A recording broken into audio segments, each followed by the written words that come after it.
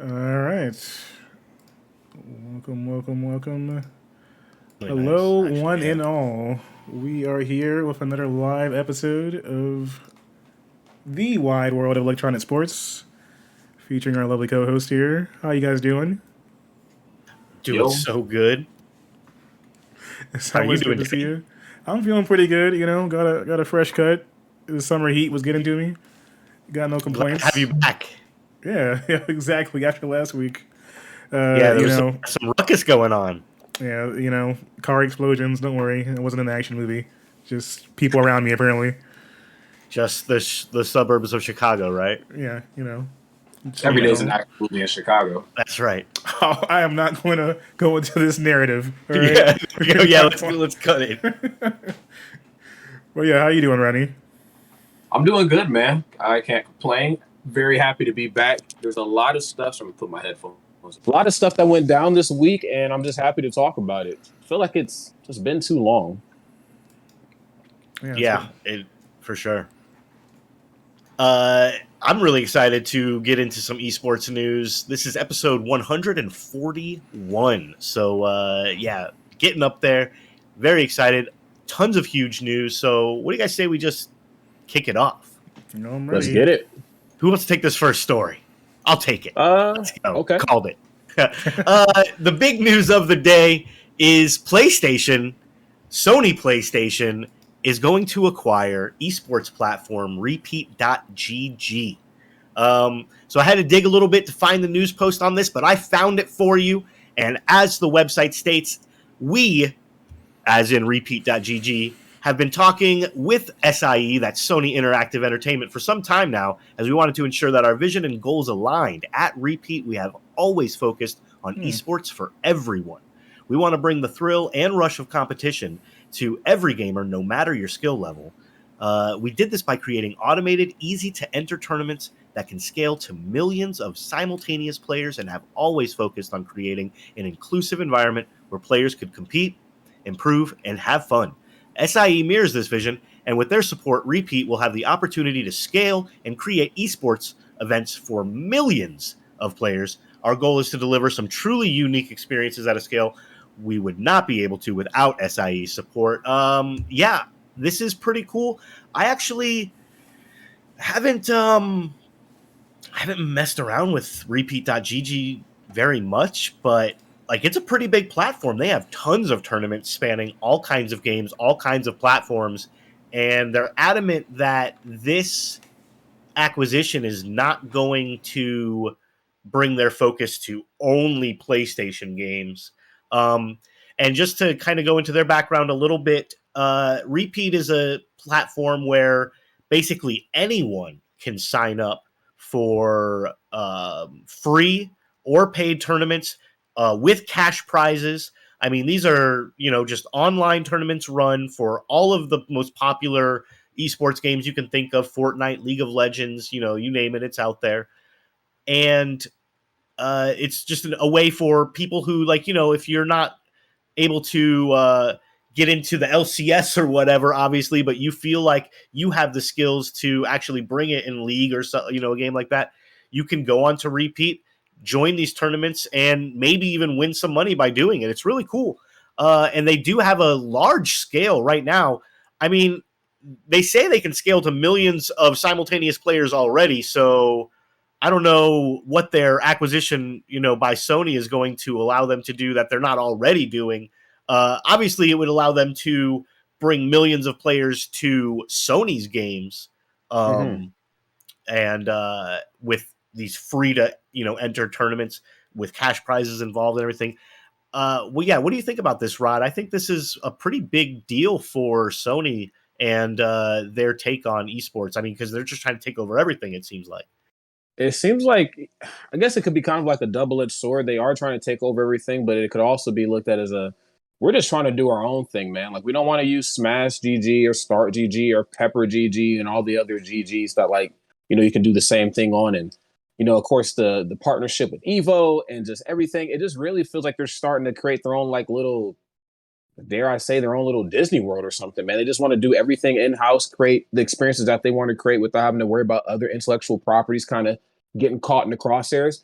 And honestly, I like it. I mean, PlayStation, Sony especially has always had a hold over gaming, whether they've initially marketed themselves that way or not. It even felt like when they gave you the absolute bare minimum, it was still better than what their competitors were doing. I mean, when I look at the success of the PlayStation 2, I mean, still, I believe that's the best-selling console of all time.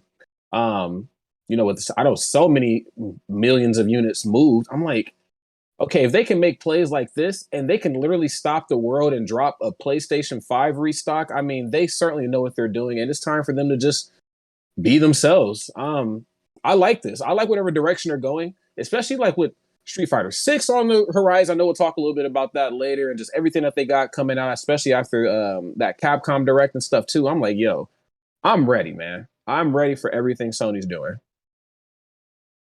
Yeah, I think. Sorry, go ahead, Denny.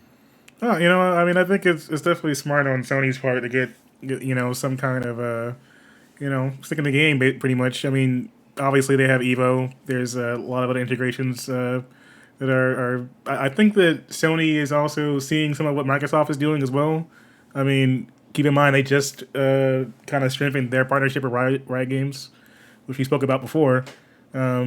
So to kind of keep competitive in this space, even beyond just the FGC, it makes sense for them to kind of go this route, getting a large tournament platform to really work with, and then also just being able to integrate it in different ways. I mean, there's no reason why you wouldn't be able to necessarily get some bracketing software together on the PlayStation itself. Have like actual ways to submit or enter a tourney through PlayStation without even having to go through the website. Could be a huge thing down the line for online tourneys and that kind of stuff. So, yeah, I think it's a lot of potential here. Yeah, I'm a big fan of this. Competition just makes for a better environment for everybody caught in the middle. Typically, it should. I think when it comes to the console wars, I don't. This can't even be like a console thing anymore. This is more of like just the corporations themselves kind of going at it. And honestly, it seems like the only real winners out of all of this are going to be us in the middle. So I'm with this. Yeah, it's the same way that streaming services and other wide scale stuff is added on to. You look at your phone plan. It went from just being the better price to what can I get with it. And it seems like it's kind of same kind of sale here with each competitor in a different way. So I mean, esports is going to continue to grow. You're going to see stuff coming up in stadiums and everywhere else. So more of that investment from players and from viewers is going to be important. Well, for sure. I absolutely think this is one more rung in Sony's ladder to get up to, like you were saying, a very large, very high place in esports, just trying to oversee kind of everything. Because, well, not only with Evo pretty much dominating the FGC space, but this is mainly PC centric. Like, Repeat.gg focuses on PC centric esports games. I mean, you play their list of games is pretty much it's all PC. It's Dota 2, League of Legends, PUBG, Warzone, Fortnite. So those are the games that you can play on this website and earn actual money, or in some cases, like in League of Legends, you can earn like $2,000 of RP, which is the in-game currency and stuff like that. But like they have a Fortnite tournament, $3,000 prize pool. They have a Dota 2 tournament, $1,000 prize pool. So these are real tournaments, and they have smaller ones with like $100, $150 prize pools, things like that. So it's not obviously going to be big bucks all the time, but still, if you're really good at these games, you could find a way to make a little bit of cash on the side. There's nothing wrong with making some cash on the side, especially if you're playing your favorite game. I mean, this is a really cool way for people who are like kind of training in these esports, up and coming players who are younger, who want to, get a taste of that tournament scene to maybe try to get part of that. And I feel like Sony is looking at taking this and kind of, because right now they say that, they're still going to remain focused on all of the games that they, are available on the platform now. But obviously Sony is going to get some of their games on there, but they don't really have any PC-centric esport titles as of yet. They are porting a lot of their stuff over to PC, though, obviously. Horizon, Spider-Man, Death Stranding, everything's coming over, right? So I know they feel like the PC is a valuable space, whereas they didn't before. Sony has traditionally kind of shied away from the PC space, but it feels like with their current porting strategy and now this strategy of buying a PC-centric tournament platform, I think they're kind of going all in on realizing that they need to focus on not just the PlayStation platform, but the PC side as well. And sure. this is a really great way to do it. I think so. The at-home experience, I think, is something that both companies are kind of, catering towards a little bit more. I know we've seen that with Microsoft, and of course their past that we talked about a few episodes ago. And I'm like, okay, this makes sense. So I'm really happy you brought up the whole PC thing, because obviously the sheer nature of it, you can't really take it everywhere. I mean, sure, some people have a traveling laptop, but for the most part, the idea of doing something online means that you are at home, sitting down, and they're just upping the entertainment. And honestly, I'm with it. I sometimes forget that Sony, I mean, as great as they are in making games and helping, video games get the platform they need to succeed, I forget that they're, they do all types of shit, So, I mean, this just really makes sense. Maybe there's going to be some crosshairs between, what we see with the PlayStation, and what we're going to see with the other forms of entertainment and everything that they've got going on that way. So when I initially read this morning, I was a little worried, but after talking about it more, I'm more inclined to be down with it. I'm like, this is the proper direction that we need. And I don't know what they can do even after this. You got the competitive space, you got the online tournament platform. I mean, obviously, you got films, they got all types of shit that they can do. What else is next for Sony? Yeah, well, I mean, this might actually, I'm sorry to cut you off, but this might actually be a way for Sony to get into just another way of, basically, because a lot of these tournaments on repeat.gg, some of them do pay out cash, but the majority of them pay out coins that you use on the website's marketplace for things like Amazon gift cards, Steam gift cards, things like that. And obviously they're getting a cut out, they're getting their cut out of this, right? With having your own, basically their tournament winnings are their own currency that you then turn into another third-party currency. The only reason to do that is because they're making money on that. I think, it's a smart way to go. I wonder what this will mean for Sony's stuff. Could you, basically grind a bunch of Street Fighter 6 tournaments on your PlayStation 5 and then turn that into Amazon gift cards? This is a new dystopian kind of future I'm just kind of envision here. What I mean? Well, you know what my hot take was going to be? That what if this is a situation here where Sony knows things that we don't know?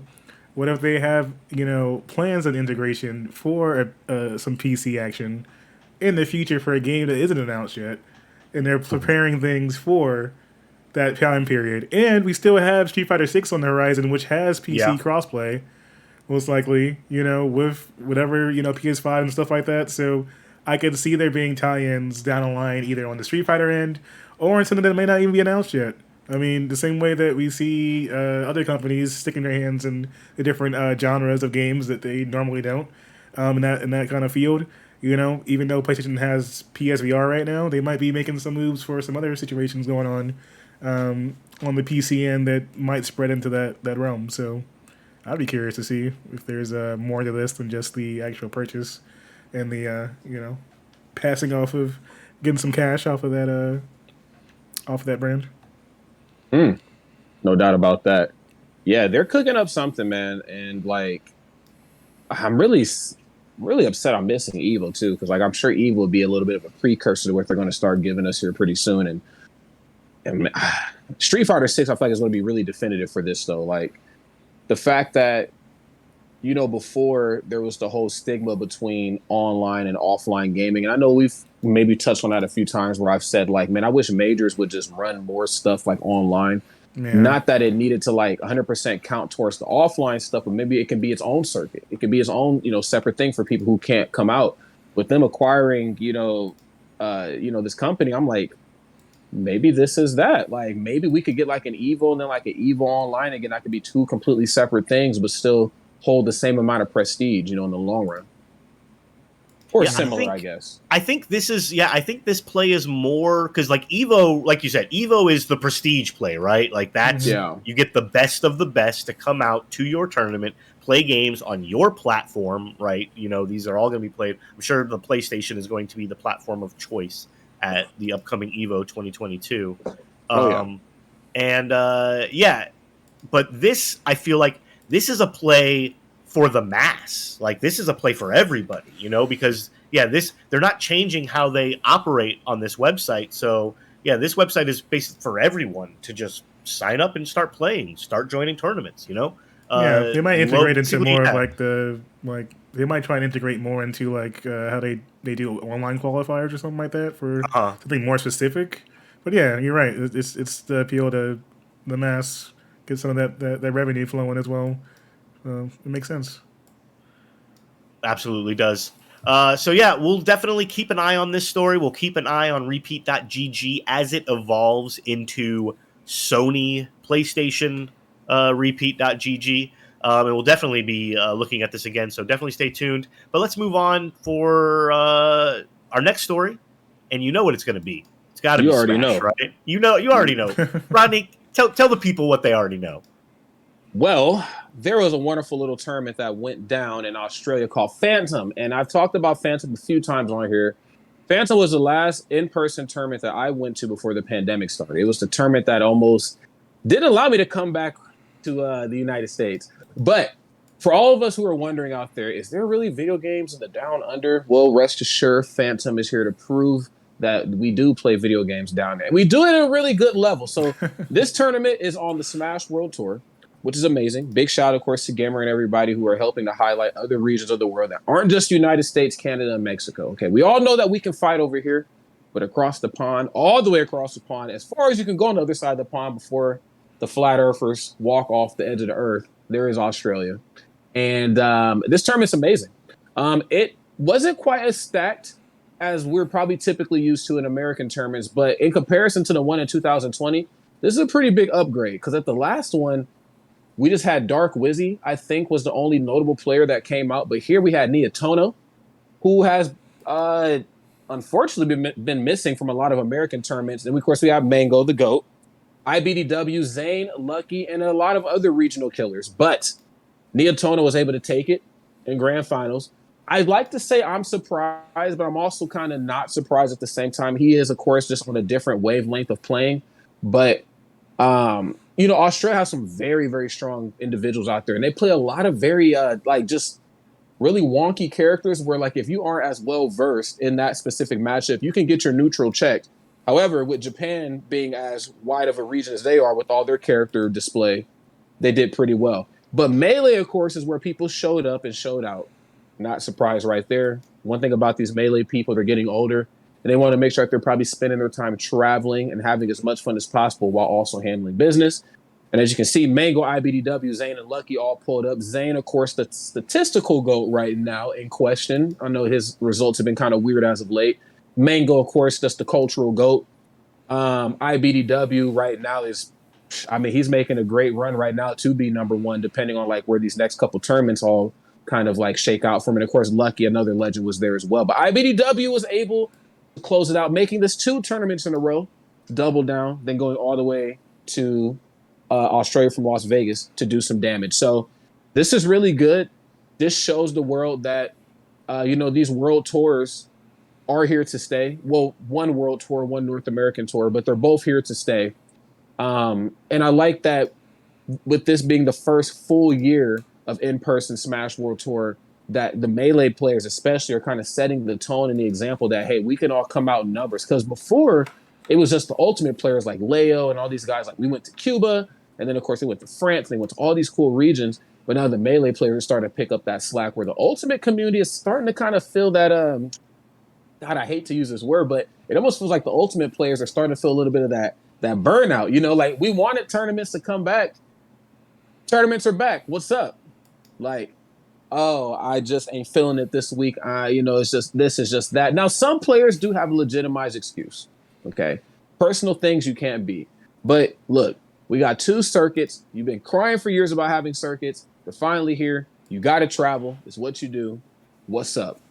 Okay. Even Leia was like, look, I'm going to let y'all have some of the American tournaments. I'm in another country beating ass. Somebody got to go to these tournaments in the States.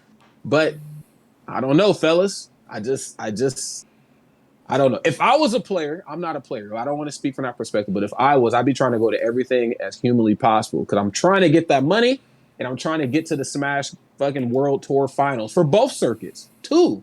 We got 2 circuits, Denny. Most fighting games are lucky to get 1. We got 2. Yeah. That's all I'm saying. We did get 2, but one of them, I mean, are you talking about the Panda Circuit? Because, like, of course, are we considering that a real circuit yet? Because I mean, they've only had like the one major event so far, right? Because everything else has been Smash World Tour. They've only had one by themselves so far. Yeah. The other ones have been shared. But I think the next one for themselves would be Lost Tech City. I think is their next one coming up. So, yeah. But this one wasn't shared, was it? No, this one is just straight up Smash World Tour. Yeah, gotcha. So IBDW is like he's kind of spreading his points around. You know, he's getting points in both tours. Because I mean, so you're probably going to see him. You know, he's definitely going to be near the top 8 in both cups. Yeah, Army of Techno coming in with the Clown Cup. Obviously, yeah. There's a link I put in the Slack, Denny, because I wanted to ask you a question.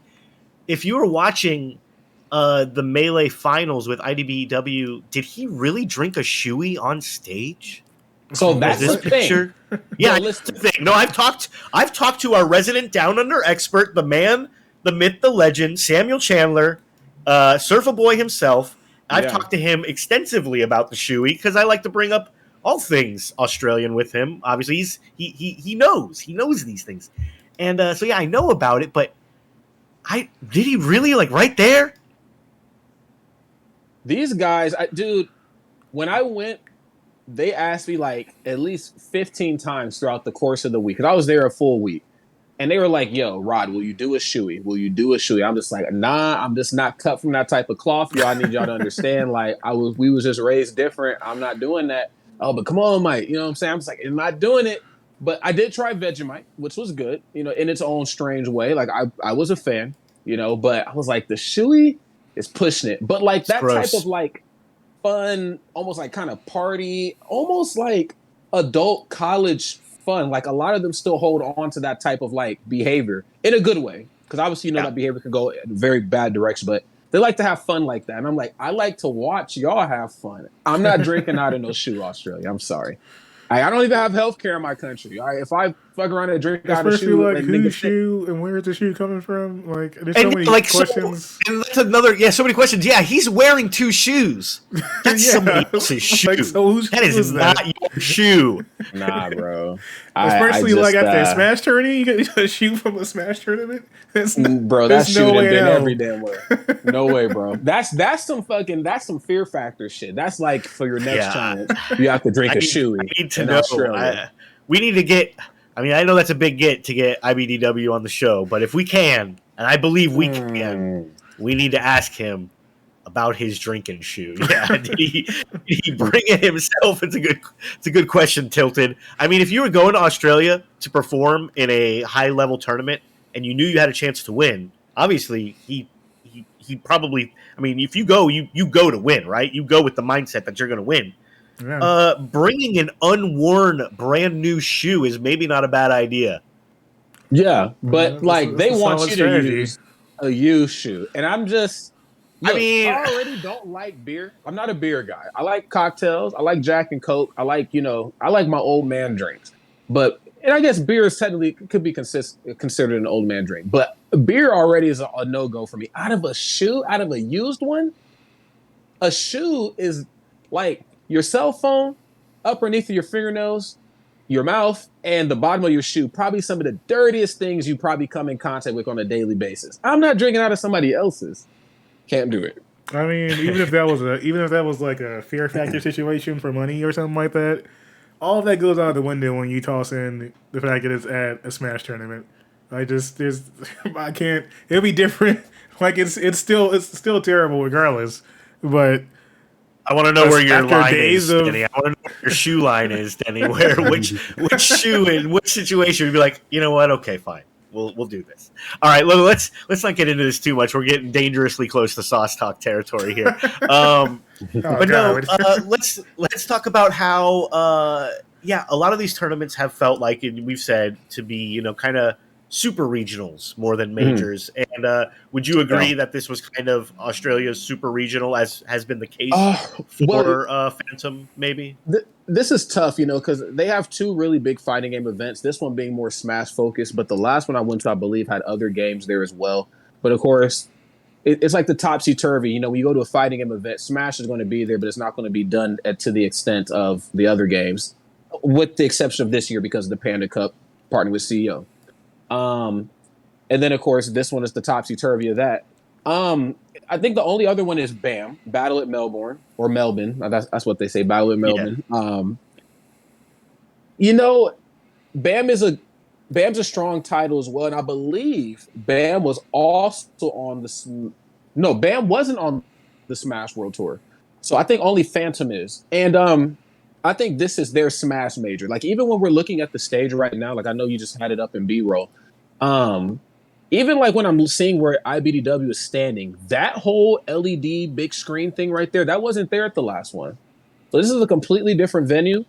And they've definitely upgraded a lot of things. And it kind of just ties back into like the whole, okay, we're from another country and our entertainment mirrors what Americans like. So we have to make sure we go twice as hard for when they come over and make sure they're having a good time, and that it almost replicates or imitates the feel that they're typically used to. And I hate that other countries think like that. I want other countries to be like, yo, fuck these funky Americans. Like, we want to do it the way we want to do it. Who cares what feels like home for them? Because, hell, their home is probably modeled off of our home, off of some old-ass stolen historical BS anyway. But Phantom, of course, delivered, and I'm happy that IBDW is doing this thing. And let's not sleep on the region themselves. I mean, obviously, the region is pretty strong. You have Defective Daggers getting second place, right? So Yep. Australia's number 3 player was able to secure the number 2 spot in this tournament. Hopefully, we'll see them again, further in to Smash World Tour. Because, I feel like the Australian region is not one we talk about a lot. It's not one we hear about a lot. But I want to hear your thoughts. You think it's a region that we might be able to see some more representation from later on in Smash World Tour? I'd certainly like to. My biggest thing with Australia is that they have, like, when it comes to content, they have it. Some of the best content creators in Smash are from Australia. One of them I actually commentated with at the last Phantom, and then he just completely blew up on YouTube. His name is Director Cogger, and then his buddy is on Panda. And so they have the representation there. They banter really greatly with some of our friends from BTS, like Slime and Aiden and all those people. So, like, the want, to see what Australia has to offer is there. The issue, of course, is just money. It's so hard for them to come over here. They're putting a lot on the line, health-wise, of course. They need to be here. I mean, if the tournament's a 3-day thing, then they probably need to be here the whole week just to get their sleep schedule on lock or whatever. So, very talented region. They're just so damn far. But hopefully I keep saying both world circuits. There's only one world circuit and one United States bound circuit, or North American rather. Hopefully, that will maybe light the fire under some of those esports orgs out there to show them that, hey, there is a want at a professional money level in this, and that you need to fly your fucking players over here because they're great. And they're really fun. I haven't met an Australian guy or a gal that I don't like. They just want to have a good time.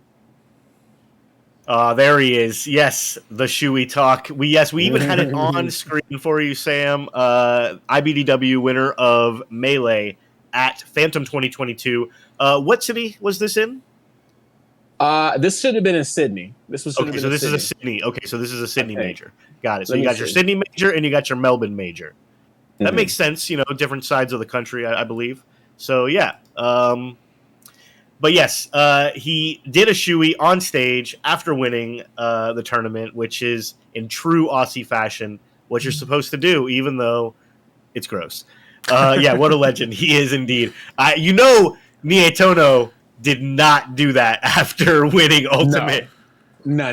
Bro, Yeah, that's there's a whole pandemic going on. There's no way in the world.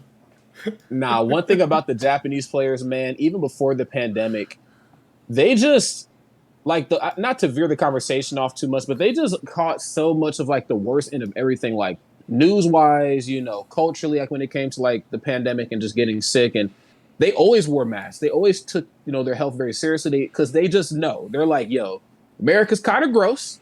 All right. And I'm going to a Smash tournament. So I'm really rolling the dice right now, health wise. But they always wore masks. And when they were wearing masks, like before the pandemic, people were always like, what's wrong with y'all? Are y'all sick? Blah, blah, blah. And they're just like, no, we're sick of y'all. We're trying to get away from y'all.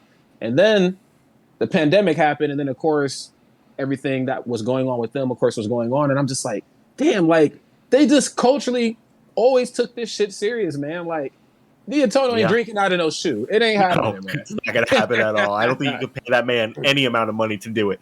No, but yeah, that was Phantom 2022. And again, to move back to that point, I agree with you, though. I hope we do get to see more of Australia's top-tier talent in later on in Smash World Tour. Hopefully Defective Daggers will be able to take that second place win and take those points in that Platinum tournament, which is a big deal. And, transform that into a placement in the grand finals, so we'll see.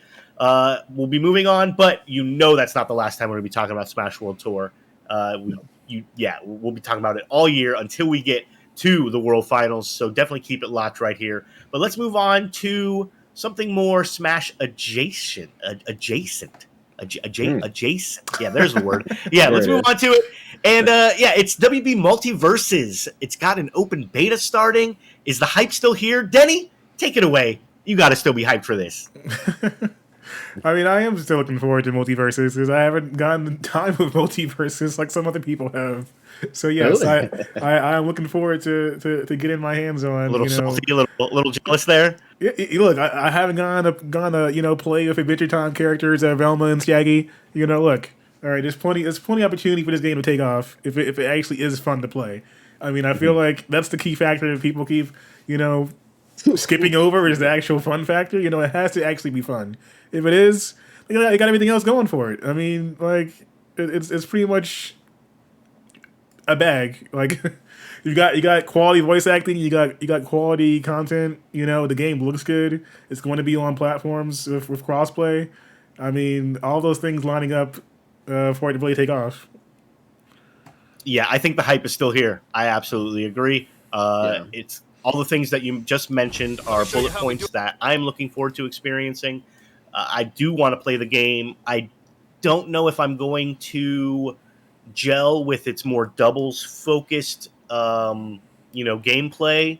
Sure. The devs have not been shy about, letting everybody know that doubles is kind of the main mode here and singles is kind of the side mode, where in Smash it's kind of the other way around as far as tournament play goes. I mean, obviously Smash is a party game at its core, so I can't believe I just said that. Oh my god! I mean, somebody clipped that. No, but really, so I don't know if I will totally gel with all of the design decisions that they're making, but I do want to play this game way more than I wanted to play Nickelodeon All-Star Brawl, way more than I wanted to play Brawlhalla, way more than I wanted to play any Smash clone. I think this is the first Smash clone that I've seen so far where I'm like, wow, this has so much polish and so much reach with its character diversity that I can't help but not want to try it out. Yeah, I'm with you. I think what Smash did for fighting games was, the fighting game era was like started in the arcade, and then in order to play all these fantastic titles, we had to go to the arcade. We had to pay to play, which is where like the saying free and all that type of shit comes from. But then, innovation took a leap in technology. It was like, hey, what if we took this shit home? You can save your quarters, pay however many $100, and bring the console to the crib. And I think Smash, of course, is the byproduct of like what gaming could be once you left the arcade era. Of course, big respect for the arcade era. I'm a big arcade enthusiast myself. I know everybody, on staff pretty much is, with how much we talk about the Ninja Turtles side scroller beat 'em up. We all love that. But the fact remains the same. I think MultiVersus took the formula that didn't exist prior to Smash, because Smash was a big, innovative fighting game leap in a very different direction. And I'm saying fighting games, of course, in air quotes. But they're like, okay, so what did Smash give us? They gave us iconic stages, iconic characters, all types of cool stuff. But what can't Smash do that we can? Oh, wait, we have voice acting, though. Our characters that we're using historically have talked, have bantered, have bonked each other on the head, all types of shit, But in Smash, the characters just only started talking this go-round, and it took 5 games to do it. So they're like, okay, give us the voice acting, let the characters banter too. That's where like my fighting game stuff really comes out. Cause I'm like, oh, this is like Mortal Kombat and Injustice. Like they got the match banter, cool. But then they also push it in an even further direction where they're like, hey, we want to make sure as many people sit down at the same time to play this. Where in Smash, you might run a free-for-all, you might run doubles, but sooner or later, you're going to focus on 1v1, where we're like, no, we want as many people sitting in one spot as possible. Run the 2v2s. Now, before, if I'm not mistaken, when people were still testing the game, and I don't even know if I'm supposed to say this, but when people were still testing the game, some of the 1v1 or some of the 2v2 tactics and like tools and stuff that the characters could do didn't work in 1v1. So they had to go in and make 1v1 have its own separate like sort of fighting system that it can mirror what you do in doubles. But it goes, again, without saying, doubles is the main focus, and I'm really happy that MultiVersus is pushing that because honestly, I fucking suck. All right. So I need a teammate. I need a Dora the Explorer. I'm backpack. I need to be on somebody's back. All right. We can sing some songs. We got to get to where we got to get. But I'm loving it. I love everything that MultiVersus is doing. Yeah. I will be your Dora the Explorer. Let's do it, Rodney. Let's do it. I mean, backpack. I feel like there's a lot of potential here because they still have the other modes. You're still gonna have free for all. You're still gonna have your 1v1s. Yeah. But I think like having the ability to put together a team strategy and that being actually built into the game from scratch is actually pretty cool. I mean, we're thinking of that from the standpoint. It's not just a situation where the mode is available to you, but you're not really being able to team up and actually make things happen. Having that be part of how the strategy will go with certain characters' dynamics working together, I think is actually a lot of fun. That's a potential way to get people focusing more on squads and, getting that tag team action going. Maybe we'll get more team trash talk and stuff like that, which I think is, a lot of fun too from people, in the scene. So, yeah, I think that they're being pretty smart about making their game stand out from any other competition that's out there currently. They're going to have, all the, other things that people want from, like customization, emotes and skins and all that kind of stuff. So people have plenty of ways to dump some money into the game, so it's well supported. And WB, as a whole, the range of characters, any kind of DLC involved here is going to be nuts. So honestly, MultiVersus is the real multiverse of madness. When you actually sit back and think what they could actually throw in this game if they really, really wanted to, which I'm sure they probably will.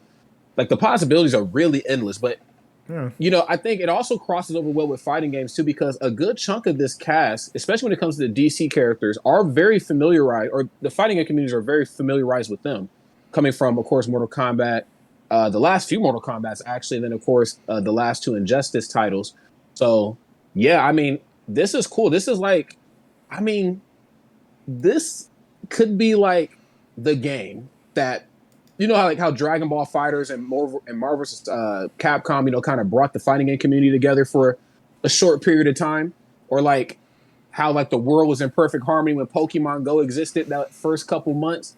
This could be that for platform fighters. This could be the game that really makes Yipes stay, makes Sajam stay, makes Punked and all these guys get involved, because the combo system's there, the characters are there. Now we built it, they just got to come. Yeah, it's a good point. I think that with the characters being what it is, this is a good opportunity to kind of get more of that crossover, and just the lower the barrier entry is, and I think having that kind of team based aspect will get a lot of people going too, because folks want to not only play with their friends, but talk trash with their friends too. You get 2 people together and hey, you and your homie, you want to hop on real quick, me and Velma, and Shaggy gonna go in. I think that's a pretty solid talking point there. And plus, it's something you can hop on and play with your little cousins and stuff like that too if you wanted to. Yeah. That kind of crossover I think is a good way to blow up fairly easily. Yeah, I think they were. Army of Techno in chat mentions that the 2v2 meta, their focus on a 2v2 meta would make it different than pretty much other platform fighters, and I absolutely agree with that. I want to touch on that before I get into like the character speculation stuff, but this 2v2 meta focus is very smart. I think it's genius actually, because one thing that most other platform fighter clones have tried to do as far as emulating Smash Brothers has been to try to take Smash Brothers and what it does well and just replicate that, but no one will ever be able to do it to the degree that Sakurai and his team have ever been able to do. So there are platform fighters that have all of the tech, right? That have wave dashing and landing, Yes. and, all of that stuff. There are platform fighters that have a very strong focus on just that 1v1, pure, no item, no random, no party game nonsense that the real Smash competitive community is into. And I think that in this entire time, that's been the wrong way to go, because you are directly competing with Smash Brothers. You are directly competing with the biggest and best and the first of all platform fighters. Whereas with this new MultiVersus game, the focus on 2v2, it instantly separates it just a tiny bit from Smash. Because now this is the game where, if you really like doubles in Smash, because there is a subset of Smash players who love doubles and have always loved doubles and will continue to play that, forever. And they only go to tournaments that have doubles. Mm-hmm. But it is a smaller subset. The 1v1 side of Smash will always be where the big money goes. I mean, big money, right? Where the any kind of you call it Smash a party game, and then you said the big money is Smash. I'm just messing up all over. Where the any kind of money goes, and it will always be where the higher profile, the higher prestige will always go to the 1v1 professionals, the players who are the best in the world at 1v1 Smash.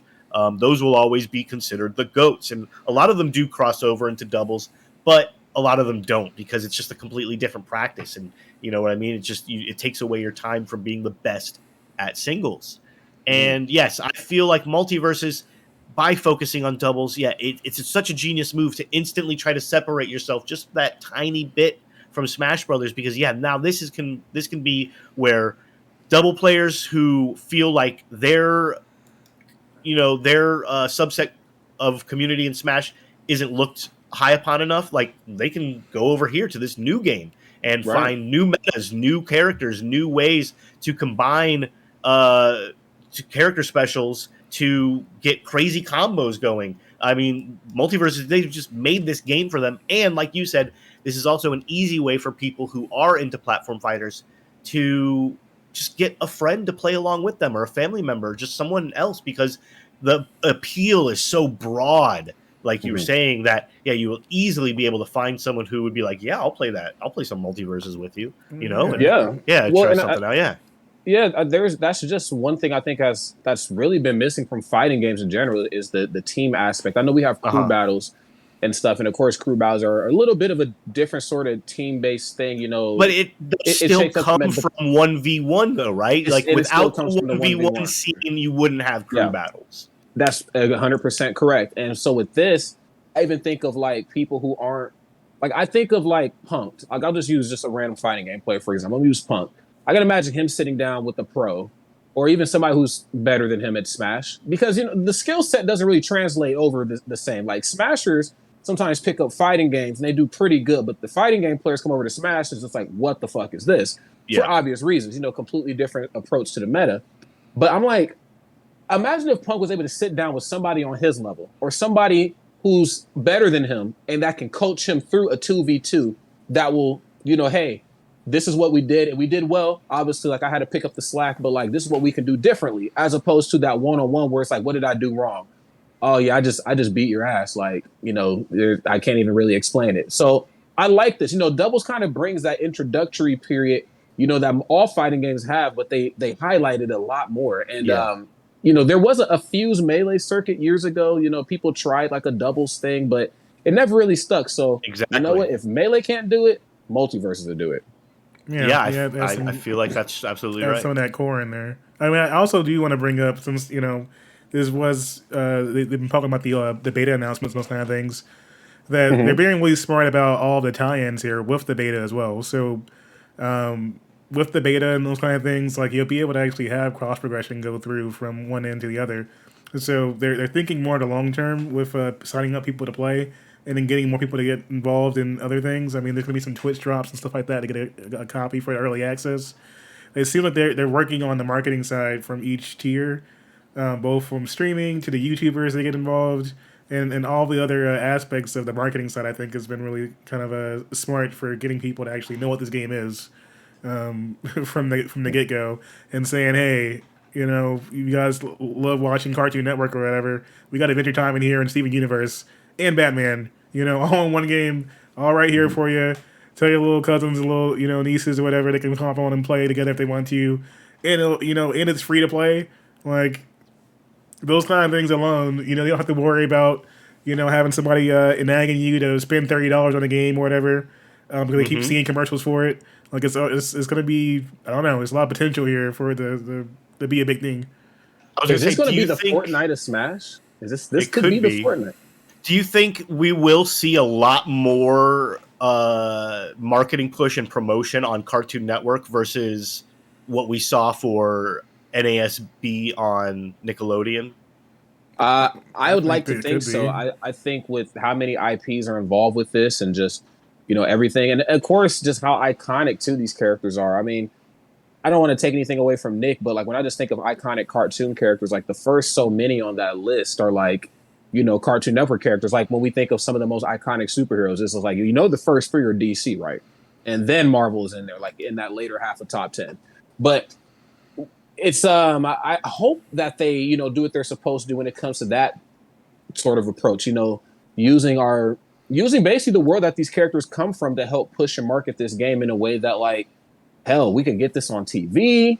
Like we can do like players versus for it, get the voice actors DC involved. Comics and everything, all types of shit. Definitely get the that. voice actors involved. I mean, I feel like that's a given. Like having them play the game, even like just having other people from other avenues, just actual actors. You get together, people from TV shows are coming out. I feel like just them going the extra mile to make these cinematic trailers that are like actual cinematics, because Smash has kind of been like the only one, like the only platform fighter that's been like, we have the cachet to make cinematics that people will want to watch and wait for. Yeah. This game might actually be able to do that too. Every new character reveal or DLC or anything else they have planned, new stages or all that can end up being, its own big deal. The same way kind of like how you see with like Apex Legends and stuff like that. Every character showing off, like you can make that into a thing for pretty much majority of anyone on the roster that pops up later on down the line. So, well, I mean, yeah, like every like you were saying, every announcement they do, every addition they make to the game is another excuse for them to make another one of these cinematics, and every single one of these cinematics is its own, multiverses like experience in itself. People will be waiting and like just wanting to see what they do next with these characters in these cinematics. Yeah, especially since some of the stuff is over too. I mean, some of these shows have ended, so it's a situation where you may have not seen some of this for a couple seasons now, and you get those the same talent together again. It automatically creates news. Well, and Austin brings up, he said this game has a bunch of cool characters from neat IPs, and Rain Dog. I guess Rain Dog is my counterpoint to Rod. And that was another thing that Sakurai wanted to do for Smash. Remember, so originally Smash was a whole different sort of platform fighter with his own original characters, and then he was like, I'm gonna put Nintendo characters in here because for one, I'm poor and I want to be paid. And then it was like, well, I think around Brawl, they brought up the idea of putting like original characters and like, did you want to dig up any of those old IPs and throw them in here? And so I don't know what his logic was behind not putting them in. Maybe it was like a business decision. I don't know. But I seen that's what MultiVersus is doing because Rain Dog is a brand new character. And that even threw me off, you know. He's a MacGuffin character. Yeah, he's just kind of in there just for the sake of, you know, the company. He exists to expand the lore of the game, to give the game a reason to exist. You know what I mean? For this great dimensional cataclysm. He's basically the good character on the side of this great, because there's like the nothing, which is the bad side, and then there's Rain Dog, who's on the good side. He's got the heart of a warrior, all right? Iron Giant, though. I mean, you can't blame him for making up an original character for this. I don't blame, like, I mean, Nintendo didn't make up any original characters for Smash, obviously. But, yeah, Rain Dog, I feel like Army of Techno is kind of right. Like, it might be seen as a slot waste, right? Like, you know how people have always talked about wasted slots in Smash games from Echo characters or clone characters and things like that. This definitely could be seen more like that, because do we really need a plot character? Do we really even need a plot for this game to exist? It's a cool ass game, and I'm glad it exists. Do we need like this dimensional cataclysm thing to? I guess for the sake of the cinematics, it's free to play, you know. And plus, like, this is clearly not going to be the entire roster. So there's no, you know, if there's enough time, I'm sure that there'll be more of the Daffy types in here at some point. I mean, do you really think that, like, if the roster what it is right now, that this is it? I mean, clearly they could easily, if this game takes off the way that it could potentially, there's so many characters they could toss in here. I mean, we already covered plenty of options for Nick Brawl before, but this is, you know, a situation where thinking about the Game of Thrones roster or any of the other, like, you know, long-term series or shows that have been out there that they could actually toss things in from. I mean, that's true. What happens if you have a crossover, or like, say you you know, eventually decide you want to have like a Adult Swim DLC pack or something, you know, like bring in some of those characters. That would be ridiculous. See, now you talking that good shit. You know what I'm saying? Like, now you're talking. Let me beat the crap out of people as Harvey Birdman. All right, let me make it happen. Come on, bro. Man, give me we I think the door is very wide open for characters, and I mean, even with the Iron Giant, I know we didn't really talk about him, but he just recently got added, and I think that's a big throwback for, you know, most millennials, and I'm happy he's here. But there's some news actually about Iron Giant. Yeah, that as well. He has a rage meter, y'all. So what do you think about that? I don't want to think about that. It's the Are you not a fan of additional meters in platform fighters? I'm not a fan of meters or rage in general, unless it makes sense. So, like, ever since Tekken 6, the whole concept of rage has been a thing in the fighting game community. Because then right after that, Smash 4 got it, all these games got it. And now there's a meter thing, and already looking at Cloud Strife, Joker, you know, all the other fighting game Smash characters that have meters. I'm just like, why? Like, I get it. It's a fun little tidbit, and right now I think he's the only one that really has it. I'm sure there'll be other ones with it, but it's just like, I don't know, man. I'm a big hater. I'm a big hater of a lot of things. Okay, first off, Snapchat. Hate Snapchat. Not a fan. Wow, just throwing out strays. Like, hate raisins. Came from out of nowhere. This just turned into it. You know what grinds my gears? You know what grinds my gears? Welcome back to Rod's Rants, okay?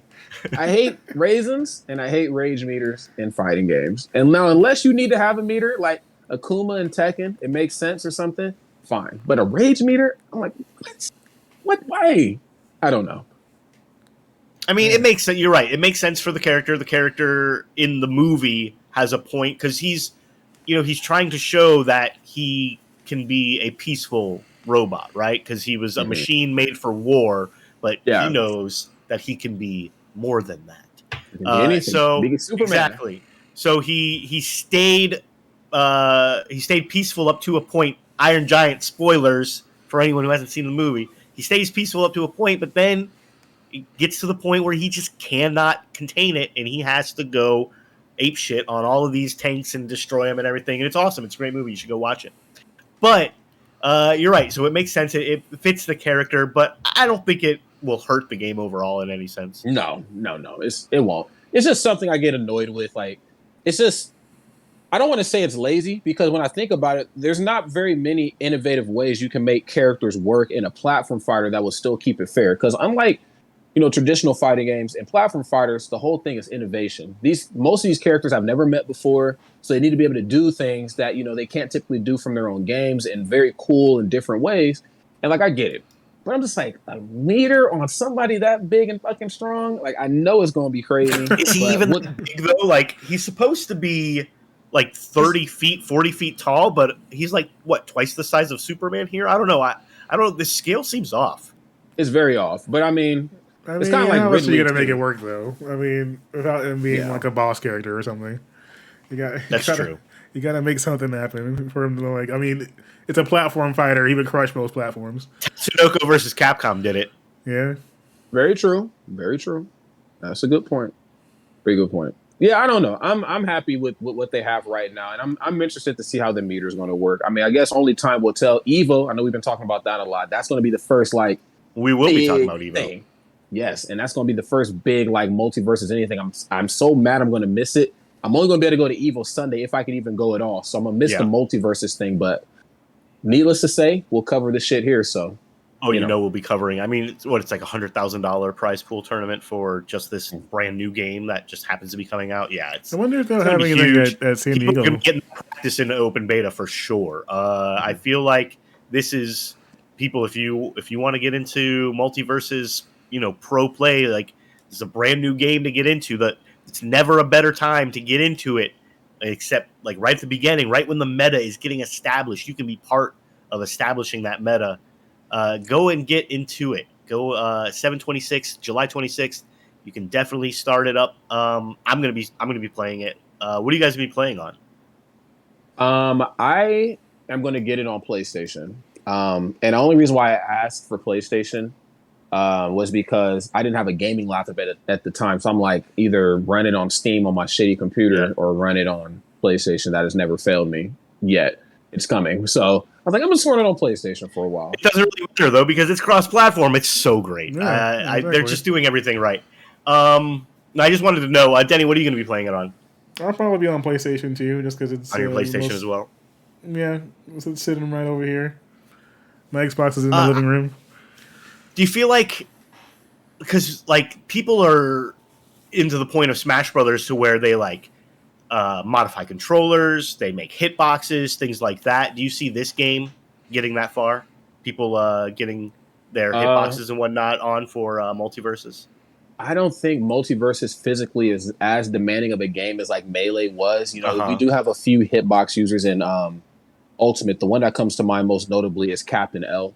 I know he's been running that, but that's also because I think he had prior existing hand problems. So I don't know if I see it, but honestly, though, the game is a bit more demanding than Ultimate, but not as much as Melee. I figure if given enough hours, the body can only take so much. We might see the hitboxes and the sticks come out.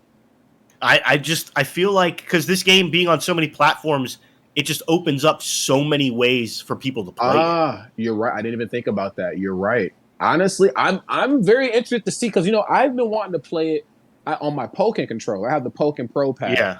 And I'm like, this feels really good. I got these big ass ginormous hands. Boom. But it doesn't work properly. But the fight stick stuff, I'm very curious. Yeah, I'm very interested to see what the established controller type is going to be, because obviously the GameCube controller is the Smash Cube controller, or the Smash Brothers controller. That's just the one you play, or the one you use when you want to play Smash Brothers.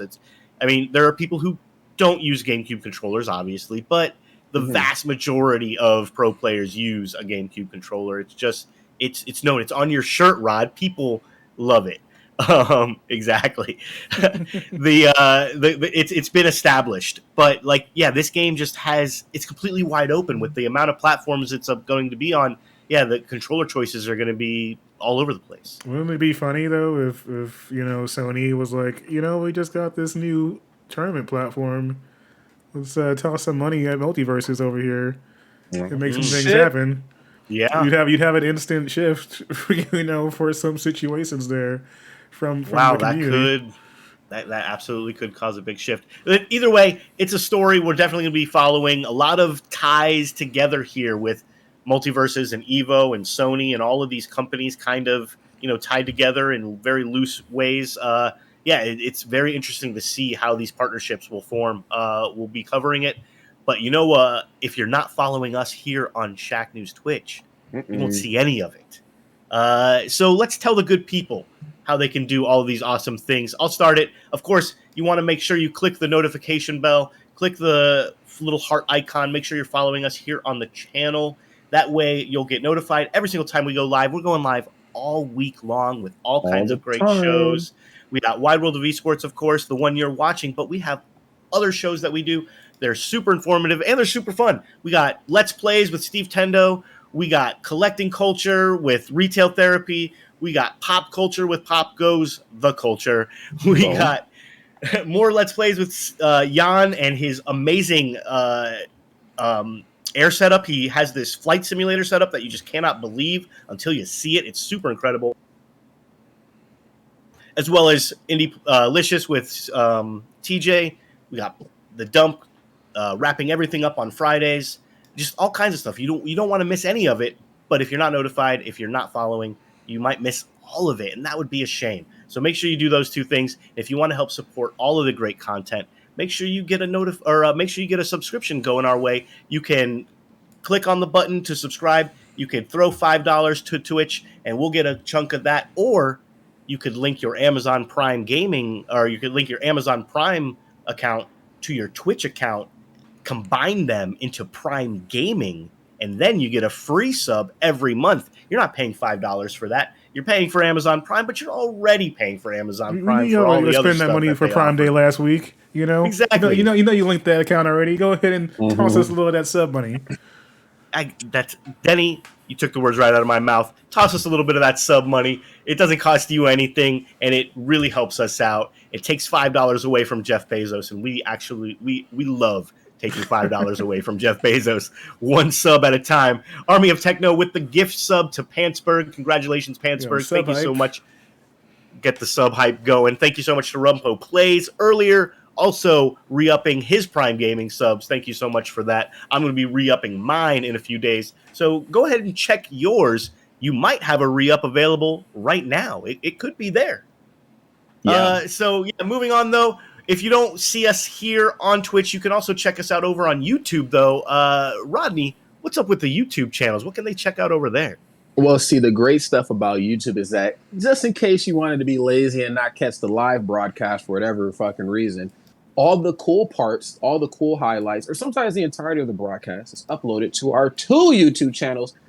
Yes, we got 2. Other news outlets, they just got 1 that they barely use. We got 2, okay? Gamer Hub and Shacknews. So, I mean, the least you can do is go over there and subscribe. You can press the subscription button on YouTube for free. It might cost you some money here, but on YouTube, completely free 99. So go ahead and check us out over there. Of course, all the greatness that is the live stream portion of Shacknews on Twitch is going to make its way over there, plus some YouTube-specific content. I have a couple interviews on there, but it ain't nothing compared to what Greg Burke and Donovan Erskine have brought to the table. So be sure to go check their work out, of course. You can check me out if you like to as well. And just everything that makes the Shacknews multiverse, the Shacknews multiverse, okay? It's awesome. Also, there's other free ways to get involved too. Shack Pets, okay? The ultimate battle for cuteness. If you got a cute animal you think is cuter than that other person who lives across the hall in the apartment complex, tell them to download Shack Pets and then tell them to challenge you, okay? And we on the show and everybody else in the world that's using the app, because there's like 1 billion people on it, we will be the ones who will ultimately decide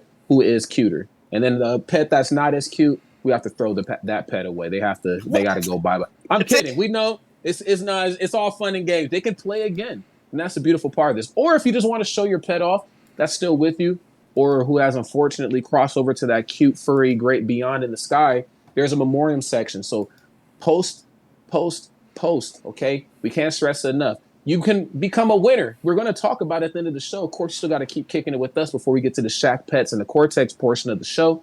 But hang out with us and figure out all the greatness that is Shacknews.com. Because remember, if it ain't Shaq, it's probably fucking whack. Okay, I don't make the rules, but a lot of things that aren't Shaq are pretty goddamn whack these days. So I'm just saying. That's all I got, Brian. Well, you said it very well, except for the part of throwing the animals out. We don't do that. We don't condone the throwing of animals here. You can pet and boop your animals, please do. But make sure, if you love all of this stuff and you want to talk about it, Denny, where can they talk about all of these things on some kind of platforms of social media? Like, what are the other social media platforms that they could check you out on? Because I think you're the one holding all that down. Oh yeah, Austin's been helping me out today too. He's been clipping some awesome things for the channel, in Nice. here. So shout outs to Techno Sucks for helping us out here with the streams. But yeah, she can also swing by the old Twitters and Facebook. If you want to see the biggest news on Elon Musk spoop emojis, you can always come through for some of that quality. But also, we have plenty of exclusive content and video content that we also do roll up. That if you want to see portions of what you might see on YouTube, you can see them up on Twitch and Facebook as well, and of course Instagram, where we put some of the quality photos, like Blake Morris's recent trip to Vegas, enjoying some good times, playing some Saints Row. Some of that stuff is up on our Instagram channel as well, which you can get a link in chat here for. So yeah, hit us with a follow over on Twitter. We do live giveaways and stuff like that too. Recently gave away some copies of Sonic Origins. So if you're big on Sonic and such, you could have had an opportunity to get a free game just from following Twitter. So yeah, if you're looking forward to an opportunity for more of that kind of content or more recent giveaways for things like Have a Nice Death, which we also played last week, I believe, on Tuesday. You can see some of that either on Twitch or on our Twitter page. So swing on by. Absolutely. Go check it out. And make sure you check out Shacknews.com. That's why we're all here. That's the reason for the season. That is the mother site. Go to Shacknews.com. Check out all of the content we got. We got tons of front page content, reviews, previews, developer interviews, guides.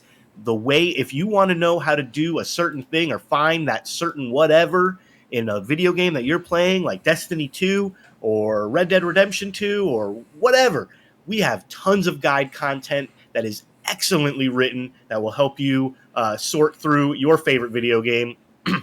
Like I said, though, we also have tons of awesome reviews. We just reviewed Stray, brand new game coming out, hot indie game that people are looking at. We cover all kinds of stuff, though. We cover technology news, game news, anything that's fit to post. You can find it over at Shacknews.com, plus lots of community features that you just will not find on any other website. We have our Shack News Chatty, where you can talk with other Shack News members about whatever you want to talk about. You can go to Shack News Cortex, where you can make your own officially, just beautifully looking formatted posts about anything you see fit to talk about. You can post, your favorite YouTube stuff. You can post recipes. You can just post a story about your day. It doesn't matter. But when you do, it will look just like all of our other front page content on Shack News. It also has the domain authority of shacknews.com. And if you know what that means, that's a big deal. We also have Shack News Reader, which allows you to ingest any RSS feed that you follow, any YouTube channel that you subscribe to, any subreddit that you're following. You can take all of those things, pop them into Shack News Reader, and it will take all of that, format it in a chronological order for you, so you can stay up to date on all of the news, all of the content that you like to see, not just Shack News stuff, but all the stuff from around the internet posted right there for you as it happens, when it happens. No algorithm or robot deciding that maybe you should see this or not see that. Nope, it's just all there for you, right? The content that you pick and choose. It's really great. Go and check it out. It'll also get you points to win Shack News, which we will talk about later. We got our own esport going on for the ownership, the owner, quotes in quotes, ownership of Shack News, winning it each day. And but we'll talk about that later. That's at the end of the show. Let's get into some actual esports news, though, the esports that people are playing and talking about, because Shack News Cortex isn't the one. It should be, though, damn it. Let's get into it, though. Apex Legends is obviously a huge game. It's just finished their Apex Legends Global Series Championship. They've had a big year behind them, and they're, gearing up for another big year in the remainder of 2022. But there are smaller tournaments, and there are things that happen in the esports scene that just shouldn't happen. And one team feels like they have been slighted just too far after being banned from a smaller tournament after one of their players teabagged their own teammate, not a competitor, not someone they just shot in the face and murdered digitally and then ran over and sat on. No, just a teammate in like an open lobby. It wasn't even during an official match. There apparently weren't any rules in the official rules about teabagging a teammate, only opponents. So the rules were brought into question, and the tournament organizer apparently decided to clarify the rules and further right then and there on the spot by basically making up the rule that it's all teabagging in general because the lobby had already been canceled and people had already been banned. And I just feel like there's too many wrinkles to this story that just shouldn't be unraveled. Guys, what do you think about this? I think this is the most cha-cha-cha, Charmin soft shit I have ever heard of in my life. And I know we covered like the whole beginning of was it Apex that we talked about an episode or two ago about banning people who are teabagging like online or something? We were going to talk about that, and it was Apex Legends that's what it was. Okay, was going to have a game-wide teabagging ban, and it could go up from 1 day to lifetime based on the number of offenses.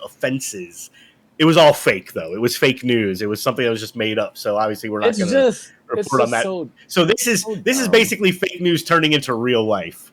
Yeah, it's actually happening, and I've seen shades of this before because again, not to circle it back around to Smash, but Smash had a whole idling thing for a while. If you stood on one side of the stage online and just taunted or never engaged or whatever, the servers would pick up on that and try to get you out of the lobbies or whatever. And I just see this and I'm like, teabagging is just one of those things where it's just a part of gamer culture. Of course, it started out. Should it be though? It shouldn't. No, it shouldn't. But of all the things for them to care about and worry about, teammates just trolling each other and having fun. I mean, if this was a big tournament, like you said, this was a big online one, big championship, something with some real money on the line. And they started doing this, sure. But then even that is it's a stretch. But now to see it done at such a small level, this could be the beginning of a big cultural shift. Oh, now we just can't do it at all anymore. I'm just I don't know. I don't do it, but I don't mind it. I don't mind the friendly in-person shit talk and the trolling and all that. Maybe because I also come from traditional sports too, where in basketball, all people did was just talk shit. Yo, get that shit out of here. Yo, your game is weak. I used to go to the YMCA and my boys, I mean, we're boys now, but before we were boys, my boys used to play ball over in Africa. They would come over and they would talk some real shit. Okay. So teabagging to me is what? But different strokes for different folks, I guess. Dennis is just shaking his head. He has nothing. I feel like I wish there was a younger generation for me to to have for some commentary here of where teabagging is nowadays for the kids. Because in comparison to our heyday of gaming. I feel there he is. We summoned him. I knew we were going to summon him today. We just had to figure out how. So dumb I had to jump in here. With the folding chair. I was there when the first teabag happened. I'm old enough to remember it and be I thought it was juvenile when I was fucking 15. In my 40s, I just fucking, this is so dumb. Just stop. Rod, don't defend teabagging. I know you come from the most toxic esports scene in the world, gosh. But, teabagging in 2022? This is a thing? And the amount of time, I play FPS games. When was the last time you played an FPS game, Rod? About a month ago. What game was it? Halo. It was Halo. I played it in New Jersey. My roommate Okay, Dre did really you liked get it. teabagged in Halo? Because that's a game where teabagging is still going on Yeah. right now. I don't think so, but I may have got lucky though. I might have got lucky, but I didn't. My problem is with this young generation, they don't even know how to do it right. Like you just said, they were teabagging their own teammate, and like I'll put up 30 kills in a team deathmatch game, and I get teabagged the one time they kill me. 30-1. The one time I die, they teabag me. Like they think they've accomplished anything. This is the participation trophy generation now teabagging people, and they don't even know how to do it right. So it's like, it was already toxic, it was already immature, it was already dumb, but this generation is so dumb, they don't even know how to do it right. Just stop! It's out of control. I love it.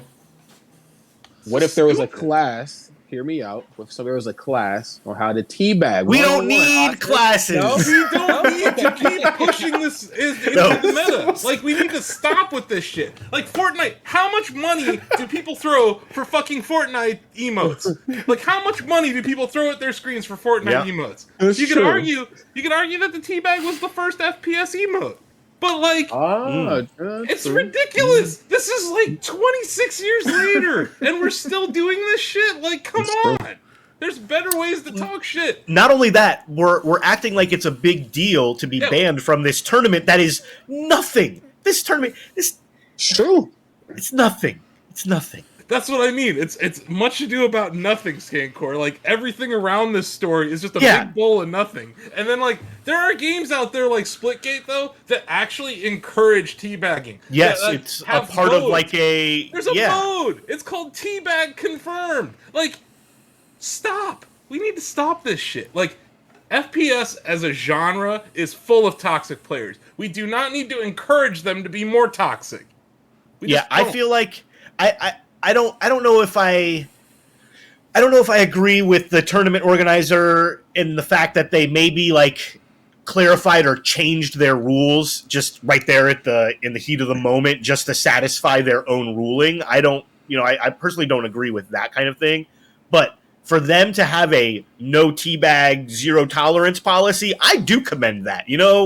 Sure, maybe more tournament organizers should have a zero tolerance teabag policy. I feel like the kids aren't teabagging. They're probably using some cha-cha emote or something over your dead body. No, I'm telling you, Denny, they are. Because they think it's hilarious. They think they've just landed on the moon or something. Like when they do it for the first time. I'm telling you, it is kids. It is still the most just basic people. But like, esports, we want to be viewed in the same realm as sports, right? Mm-hmm. So let's say, like, I don't know, LeBron James just dunked on your ass. Do you expect LeBron James to start teabagging people on the court? No, but I have seen it in trash talk though. No, even in a recent NFL game, it's happened. It's even happened in recent NFL games where players will teabag on the field. Wait, I need to see video of this. There's bullshit. I'll bring it up. Hold on. I'll bring it up. But listen, not even teabagging, but they've even had to change Give me like 3 the dunk seconds. clause. Like, because back in the day when you would get dunked on, I vividly remember Sean Kemp like posterizing people and pointing at them and mocking them, or like even the dunk that Shaq would do when people post you down, do the two-handed thing, and his legs are spread wide open. It's just like you can't do Shaq that would anymore. go ham, or he do the push Shaq off. would go ham. But you can't. Obviously, it's not teabagging, of course, but like you can't even do stuff like that anymore. You can't even hang on the rim for too long after a dunk. That's what I'm saying. There are technical fouls being given out for this. Yeah. It's in Slack. Boom. I'll post it in the Twitter or in the Twitch chat. All right, hold on. Let's okay, you can't teabag in organized sports. Okay, so you're finding the one time. This is the one instance. What is this? I don't even know. What is this? So he's not doing it on anyone. That's not on anyone. No, it's not on the person. It's not on the person. So he's also doing it wrong. That's my point. This whole generation doesn't even know how to do it right. Yeah. And I'm not the old man shouting at the cloud here. I'm the one who's just sick of this shit. Like, as someone who had been through it, has been around a bunch of toxic players, like, no. Just stop with this. I literally stopped playing Splitgate because of this. Yeah, you can show this because we're totally going to get copyright strikes from the NFL here. Yeah. For this fucking video. That's not even close. But yeah, that is terrible. terrible. It's all terrible. I It's feel all like, terrible. yeah, I'm just- sorry. Just the term teabagging and anything associated with it is just Exactly, Denny. Thank you. It's like gross that we're even talking about this. I It's feel really gross thank for you. having said it this many times in a row. Like, it's gross. It's toxic. It is like a shadow of the mid '90s toxic masculinity of the FPS scene. Like, everything about this is wrong. So let me ask you this, Asif. All right, what would you do first? Would you if you had to choose between teabagging inappropriately in Halo or some other game, or drinking out of the shoe from the first story? Oh, The shit. shoey. I'll do a shoe. I'll do a shoe all day. You'd rather do a shoey than teabag someone? I'd rather do a shoey because that means I won something. That's true. That's all I'm saying. That's At a least I good got point. a W. It's a good dub. Yes, you got a dub. Because I'm telling you, I've seen salty players teabagging. Like, I'm telling you, Sam and I will go into Halo Deathmatch. We'll wreck a team. You know, the Shacknews squad, big team building on Thursdays. You can watch us destroy some folks. Yeah, Sam in be going Halo. in. You don't be playing. And the one time they kill Sam, out of his 30 kills, they'll teabag him. That's the problem right now. Is like, they're not even doing it right. It was already toxic. Just enough. They're giving Yeah, themselves enough. more OWs for some reason after The only- taking 30 Ls. Yeah.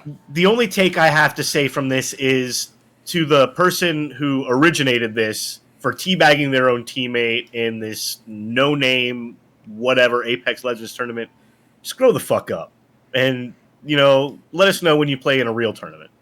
And like I saw, Ooh, and Sam's younger than me, so when he gets teabagged, he wants vengeance, and he'll just I'm teabag sure. them back. And for me, it's just like, this is ridiculous. I'm too old. Gotta for rise this above. You gotta shit. rise above. I just move on with my life. I'm like, you know, maybe this game's not for me anymore. Maybe this whole scene's not for me anymore. But yeah, like, what game was this in? Apex. Okay, yeah. Yeah. I mean, It's Apex Apex. is basically, I don't know. It's like the closest thing we have to a good Quake right now. Pretty much. I mean, it's the fastest of the battle royale esports for sure. But yeah, exactly. Rumpo's got it exactly right. Rumpo's The best the adult in the counter room. is Yeah. to kill them over and over and do nothing to show them that Yeah. you don't give a shit and you're better than them still. But yeah, sorry, you guys triggered me with this discussion because I was just like, you know, and like, Well- it was the worst in Splitgate because they have like weeklies and daily challenges, yeah. and one of them was like teabag 2 enemies. I'm like, how are you gonna fucking gamify teabag? Yeah, Like, incentivizing it. that's a problem I have with the Splitgate It is. devs that I'd love to talk to them about because they're ingraining it into the actual gamification of their game. That's a little different than what we're seeing here in Apex. Absolutely. Let's move on to another very triggering maybe topic. Definitely one that is on the lighter, more not serious side of esports. We talked about the Sentinels last week acquiring a huge high-profile influencer, also former pro player in Shroud. So it looks like they were maybe going to hire another big-time influencer as an analyst, but it turns out not. I don't even know where this story came from. So the Sentinels just put out this tweet like out of nowhere. Was this out of nowhere? It's just saying that, you know, so basically, hold on. I just want to let the people know what we're talking about here. The Sentinels basically put out a tweet saying, Pokimane, sorry, you're not going to be our new analyst for Valorant. Yeah, we have decided not to move forward with Pokimane for our Valorant analyst position and wish her the best of luck in future endeavors. Well, like, why would you even come out with this tweet? First of all, if like, shouldn't this be an email or a DM to the person involved? Like, why does this, like, I don't know. Like, why is this even a thing? Like, why would you even do this? It's one of their most liked tweets in like the last year. That's true. Is it Exactly. just for the engagement? I think it's for the engagement, and it helps both parties out. Obviously, the Sentinels get the eyes on the team because they went to kind of dunk on themselves that they are a tier 2 esport. But then also Pokimane, now it's like other companies are looking at her. Oh, you want to be an analyst? Like, let's get you more in the esports space. As if she would ever have an issue navigating it in the first place. But, you know, between herself Avali May, she just jumped from League of Legends over to Overwatch after doing the G4 stuff for about a year and some change. And then another Pokemon content creator, Frosted Caribou, we tried to get her on the show for retail therapy, is now casting majors at Pokemon Worlds. I'm like, is this just the thing now? Like, are we just all grabbing personalities? I mean, not to take anything away from them. I mean, I'm sure they have a very heavy hand in gaming to some degree, but I'm like, what is this? Is this the new meta? Now, I'm no simp here for Pokemon, but I think she No. had a pretty solid reply there. Yes. Oh no, Definitely. her clapback was great. That was Yeah. a dumb. I felt the same way. I'm like, what the fuck is an analyst for a Valorant team? Like, exactly what do you do as an analyst for a esports team at all, let alone Valorant? Like, Is it like an on-air analyst? I'm assuming like is it like an on-air personality thing? Yeah. Or like it, Yeah, is that what it is? you Okay. basically look at the numbers that the production is feeding you, and you make some kind of narrative out of it. But we're talking about analysts for a team, not for an Yeah. esports Well, org. for It the would be one sport. thing if Riot was engaging Pokemon to be a part of their broadcast team, right? Like, I understand that, Rod. Like, you can have a desk, you know, like what RLCS does, or you Right, of know, course. like the Summit, what they Yeah, do. With yeah. Smash. Oh, yeah. Like, you can Yep, have yep. people on the couch who are analysts. But like, what the hell is an analyst in the world of an esports team? I don't know. And it seems really guess- not out of her wheelhouse. I'm sure she's a very intelligent person. It just seems like, why this position of all things? Like, you know, you're Pokemon. Like, wouldn't you want to like play or like be seen? But like, and then to make the tweet out of nowhere, I don't even think there was an initial like. No, public, I don't think I'm there trying was. to. Yeah, it was just, hey, we just decided not to go for it. And I'm Can like, we just start tweeting out that we're like not gonna work with Lyric as an Yeah, esports I think analyst? I think this is this is actually, Rod. The new meta is not just hiring analysts to work your. It's saying you're to not work your hiring desk. them. Or yeah, exactly. Not to hire influencers to work your desk. It's saying just pick a popular person and just make a tweet saying, "Oh, sorry, we don't want to deal with you, popular person," and then you get all of their simps hate clicking on your website. yeah. I mean, it's worked fairly well for that because It does. This is. We're talking about the Sentinels right now, and that would have not happened. Look, That's We're what talking it about was. Valorant and the Sentinels right Yeah. now. So it totally all of works. this stuff. The Sentinels all have of been this making stuff- big moves, so it's not like they're not in the conversation. Yeah, they did just get Shroud. Yeah, so like Shroud was a big move. Yeah, that's a big move. But that's also a similar kind of thing where Yeah. they got Shroud not just because he's one of the best FPS players in the world, but he has a huge following. And so does Pokemon. Yeah. And like I feel like I'm sorry to cut you off, but I feel like after getting Shroud, do they really even need to make this tweet? Like, they just did a huge thing. They got like 2 million views on that Shroud video within the first few hours that it was on Twitter. Did who on their social media team was like, we really need to up our social media presence right now. Nobody's talking about us anymore. Everyone was just talking about you. I mean, honestly, we're still talking about. It's a great play, but I think this was like an elaborate like social media thing, and I used to think like all this shit wasn't as connected as my tinfoil New York fitted probably would make you think it was. But I had a buddy who worked at an ad agency like with Twitch. And he said he sat in on a meeting with all like the big Twitch, like the top 1%, like they were all there. And it was like basically, how do we make Twitch better for y'all in terms of esports and personalities and weird shit like that? And I'm like, okay, so the algorithm is already like geared towards the people at the top. No surprise there, right? Like we see it all the damn time with how much other companies have to beg for front page stuff. But then like this series of tweets here between Shroud and Pokey and Sentinels, it's just like, all right, who signed the NDA to get these tweets out? Like, what is all of this? I just like, wonder how much this? much they paid Pokemon to do absolutely nothing. But that's what I'm be saying. part of a reply. That's what I'm saying. Yeah. That it doesn't But involve her, do you like, have to get someone's permission to make a tweet like that though? You could just I don't make a tweet like but that. a statement that has no kind of founding at all sounds Yeah. like very. It just sounds very risky for. I don't think there's any. I don't think there's. What's the legal ramifications of making a tweet saying like, "Sorry, but we've decided to not go with @Elon Musk for our Shacknews head writer position or whatever." Like, there's nothing. Nothing. I mean, I guess Nothing really. considering her response, Yeah, you could get dunked on. There could be. Yeah, you get dunked on, but that's the thing. If you just, but they obviously wanted to get dunked on. You don't make a tweet like that unless you want to get all these people. It's a complete risky water. It's a complete troll. It's a complete troll social media play for engagement. Mm-hmm. I mean, engagement for the time being, but then that also can backfire easily if she actually gets pissed off.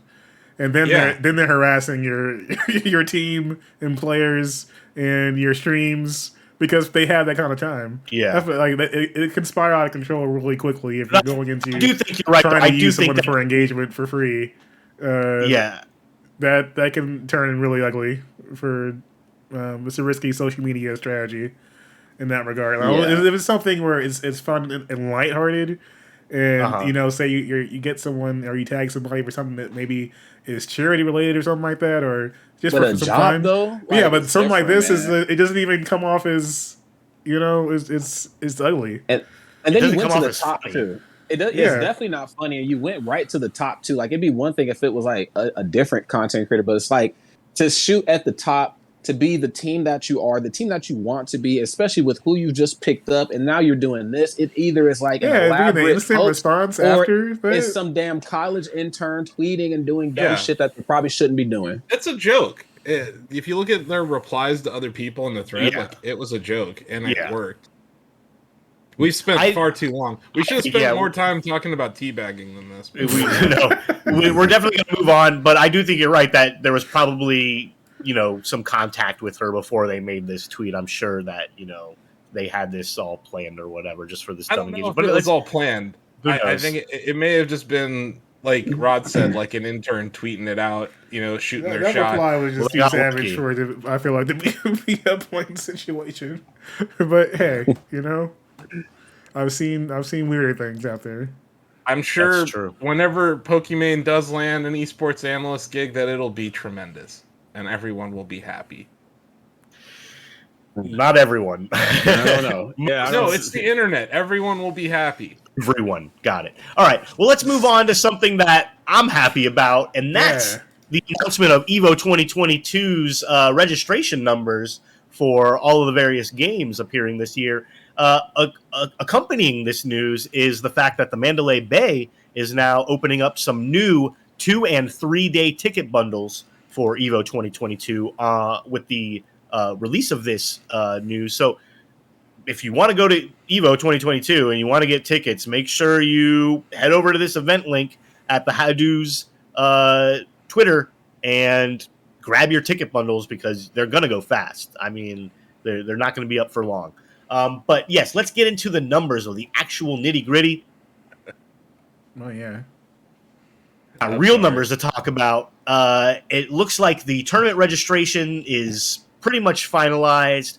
Guilty Gear Strive has just taken the biggest lead I've seen for a while at over 2,000 entrants compared to number 2 Street Fighter V's 1,300 entrants. So almost 1,000 more people playing Guilty Gear Strive than Street Fighter this year at EVO 22. Yeah, good times for Guilty Gear for sure. And I'm surprised that Street Fighter V actually came in ahead of Tekken. Are you? Yeah, Tekken. Yeah. It was close to only 100 players between them. Yeah. I'm just saying, like where we're at. I know both those games are kind of long in the tooth, but Tekken 7 is like still a very valid esport. Yeah. SF5 is kind of falling off. Well, talking about game, let's hold on. I'm sorry, Denny, but I have to do this. Talking about games that are long in the tooth. Mortal Kombat 11, guys. Mortal Kombat 11 at number 7 with only 464 people willing to throw down this year for another NetherRealm Studios game. What do you guys think of that? Is it? I'm not surprised at all. They could be coming out with something soon, right? I mean, that shit is like fucking NyQuil, man. Put MK11 on my TV during EVO, I will fall asleep. We talked about that. I mean, I can't handle it. The biggest criticism, I have to give NetherRealm is that once they're done, they're done. Everything stops. Like, there's just I never understood that. Where like, I think they just start working on the next thing. They just go. Well, yeah, but like, yeah, but you into the still next have thing. you still have a community and a community manager, and you have you don't see developer streams or like we're doing this, all of that completely just dead in the water sure after does. when they finish up a DLC package and everything else there. Like you don't see that kind of community and tournament support. They still run tourneys and they'll have like a scene and commentary and everything else there. But when it comes to like the actual NetherRealm themselves, it feels like they're just like, oh, thanks for giving us your money. Okay, we'll see you in 2 years. Let me ask you this: are we getting to the point where Mortal Kombat 11 is now taking the spot of a game that deserves it more? I mean, I wouldn't go as far to say that, but they're getting the spot anyways. Rod, what about an esport that had 3,500 entrants at EVO 2019? What about that? I know, but it's just like, it's Mortal Kombat, y'all. And look, Asif, I'm with you. There are some matches where I'm just like, I'm going Betty Bye. Okay, I can't. Or like when Injustice 2, they were doing, for a while, it was just all Deadshot and Starfire dittos. Yeah. I was like, I'm going to bed. I sleep. But there are mirrors, some. I still got faith. 464 is unacceptable though. But we can only really blame because the community for Mortal Kombat is very strong. I follow Katana Prime and everybody. Like, they're a beautiful community, but I would almost go as far to say that another Realm fighting game has one of the biggest initial booms when it's coming out and it's giving you the content, but it dies the worst. It dies easily the worst. Yeah, it does fall off quickly, and it was gone from the EVO lineup in 2019. It came back in 2020 because its netcode wasn't atrocious. Obviously we had that break in 2021 because whatever. That's just how terrible everything was going over there. But yeah, like I look at this and I'm like, Arc is kind of on fire right now. That they have Dragon Ball Fighters pulled in more entrants than MK11, and Grand Blue VS versus is pulling in more competitors. It does seem, I don't know. They talk to the community. Everything is pulling more than Mortal Kombat except for Melty Blood, which is super niche, like niche. And then Skullgirls, which is also fairly niche, but and also getting a little, I was about to say, also getting kind of long in the tooth. Kind of long in the tooth. Skullgirls, I remember that launching in like 2011. Yeah, that's what I'm saying. That's old. Like, we can straight up call that old. Like, that's old. Yeah, so... but they have community people that are actually still out there and talking to their community, and they have people actually saying, "Hey guys, we really appreciate you supporting our game," and showing up at actual live tourneys and talking to them. Whereas you would expect, to see an Ed Boon in Chicago for Combo Breaker, or you expect to see them having some kind of announcement or something, or any kind of communication happening. No, we just we'll see you when this game comes out. Skullgirls got over half the number of entrants that Mortal Kombat 11 did, and Mortal Kombat 11 is a big budget game, a huge game. Yeah, I feel like I agree with Asif. It's taking away from another game that deserves the spot more. Now, the game that I would like to see there is not allowed to be there. So I understand why neither Smash is there, but I guarantee if you open this to either Smash, you have more entrants than maybe any of these. Except Guilty Gear, that game is great.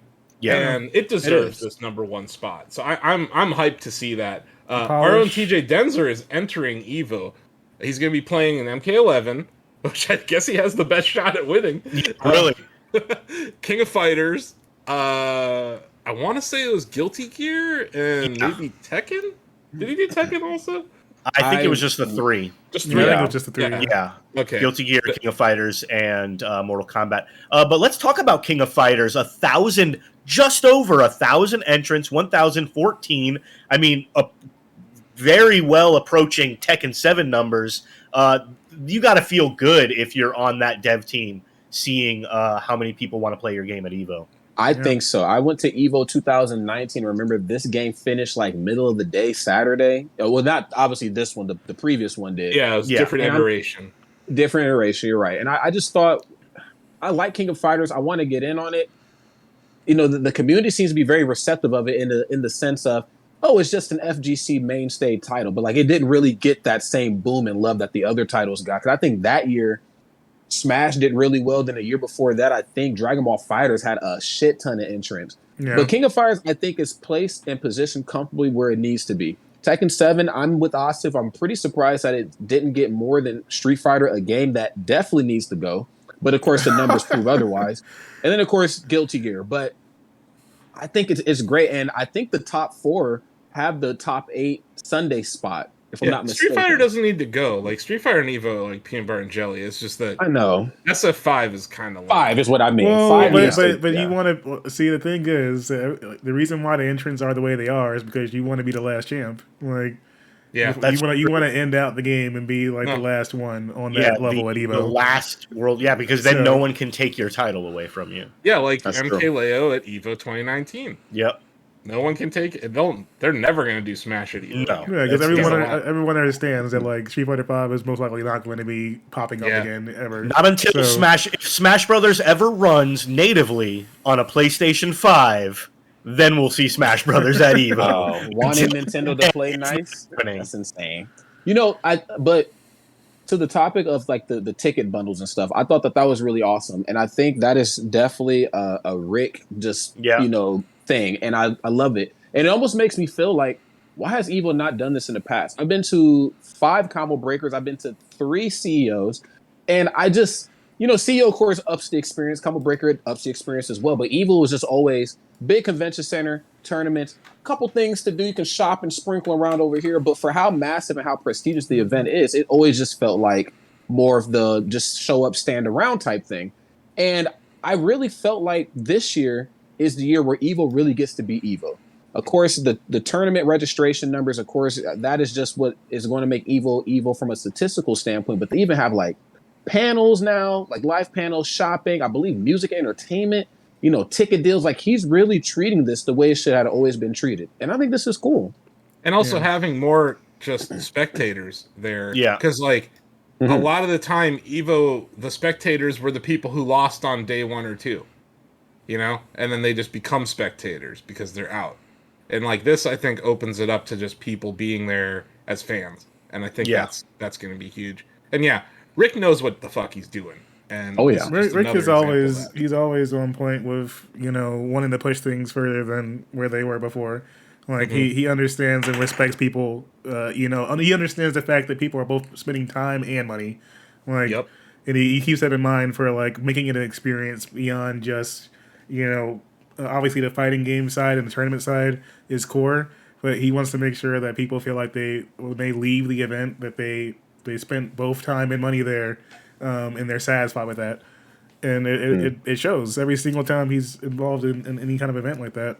It's paid off. So, I mean, I feel like this is yes, there are your MK11s and such, but I do think there are some standouts because KOF having a solid showing, I think, is pretty strong. You have to keep in mind where KOF was 2 iterations ago. Like, KOF 13 had probably the most atrocious netcode ever possible. There was no online happening for that game at all.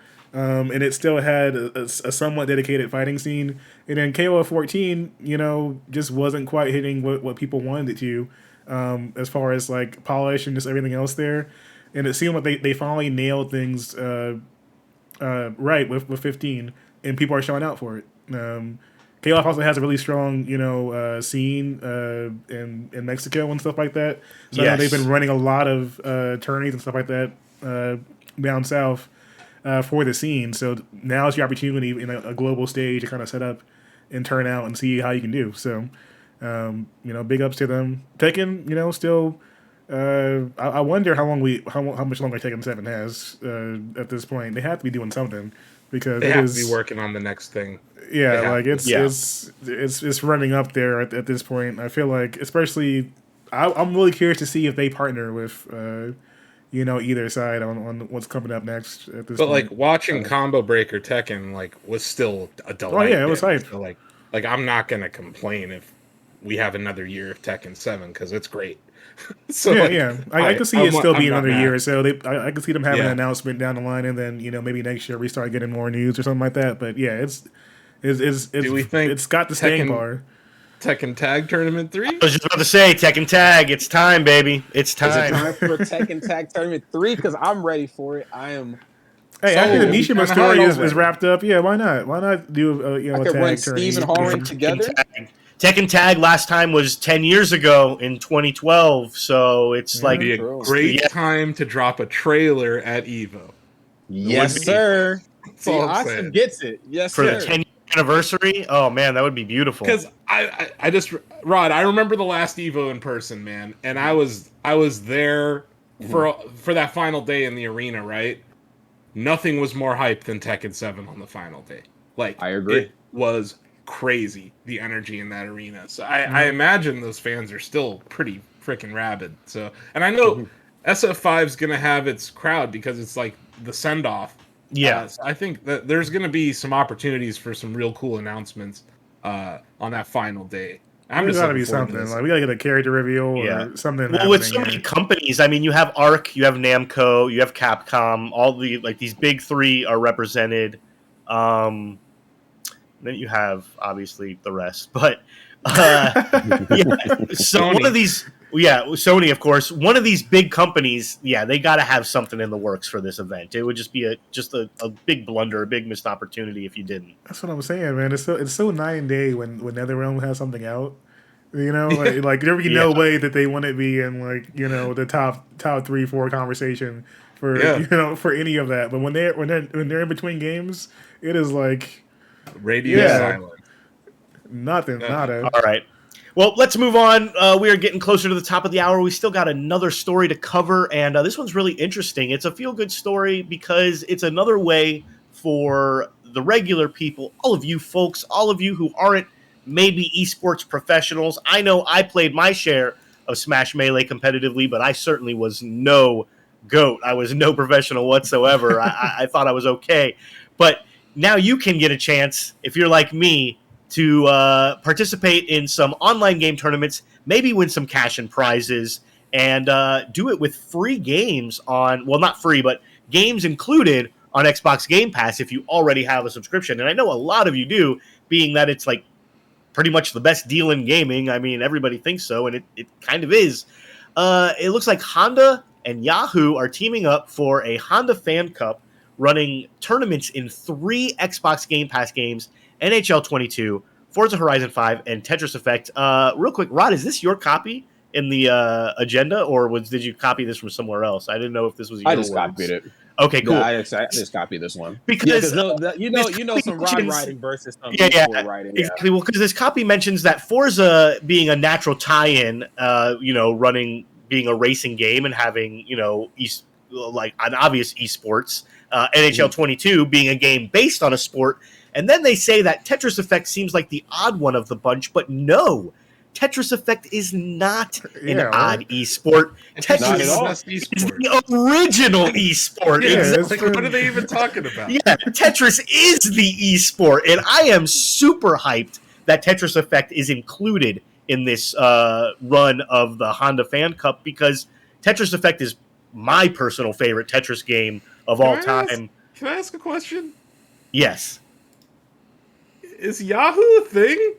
I think Yahoo is still a thing. On the site, when I was looking this story up, they in parentheses said this is still around. Like on Twitter, they were like, "This is still a thing." Like, so everybody thought the same shit. Because I see this video we're running, I don't see a Yahoo logo anywhere. It's Honda logos. I see Xbox, I see Game Pass, I see Honda, I see the games involved. I don't see shit from Yahoo. But in the press release, they're like, Honda and Yahoo are teaming up. I'm like, what Yahoo are you even talking about? Yeah, there's no Honda, there's no Yahoo the press release, and that's it. That's their involvement. It was just in the press release. They got to use Yahoo.com as. It wasn't even posted to Yahoo. It was posted to HondaNews.com. I don't know. The YouTube has every link possible, but there is no Yahoo here. I see LinkedIn. There's a LinkedIn on here. I'm fairly certain Yahoo doesn't exist anymore, man. I don't understand how they're. That was the news in this press release to me, was that Yahoo is still a thing. I was like, congratulations, Yahoo, on existing. Wow. Yeah, it's definitely some interesting stuff because when I was looking at this, I'm like, so we need something that feels good. And the only other story that I wanted, they didn't have. It was something called Hoops and Touchdowns. It was like esports org partnering with a high school, but they didn't have any news on the esports. So I was like, all right, I got to do the Yahoo thing. So I ended up getting this Yahoo thing, and then like as I'm reading it, halfway into it, I thought, wait a minute. Yahoo's not a thing anymore with games. What the fuck is this about? Like, this is weird. And there's nothing on any of the video, any of the merchandising, none of it about Yahoo, but somehow they play a role in this. If you like on Yahoo's website, it does mention them in their news posts about this. But and like on jalopnik.com, the car website, they also mention the Yahoo tie-in.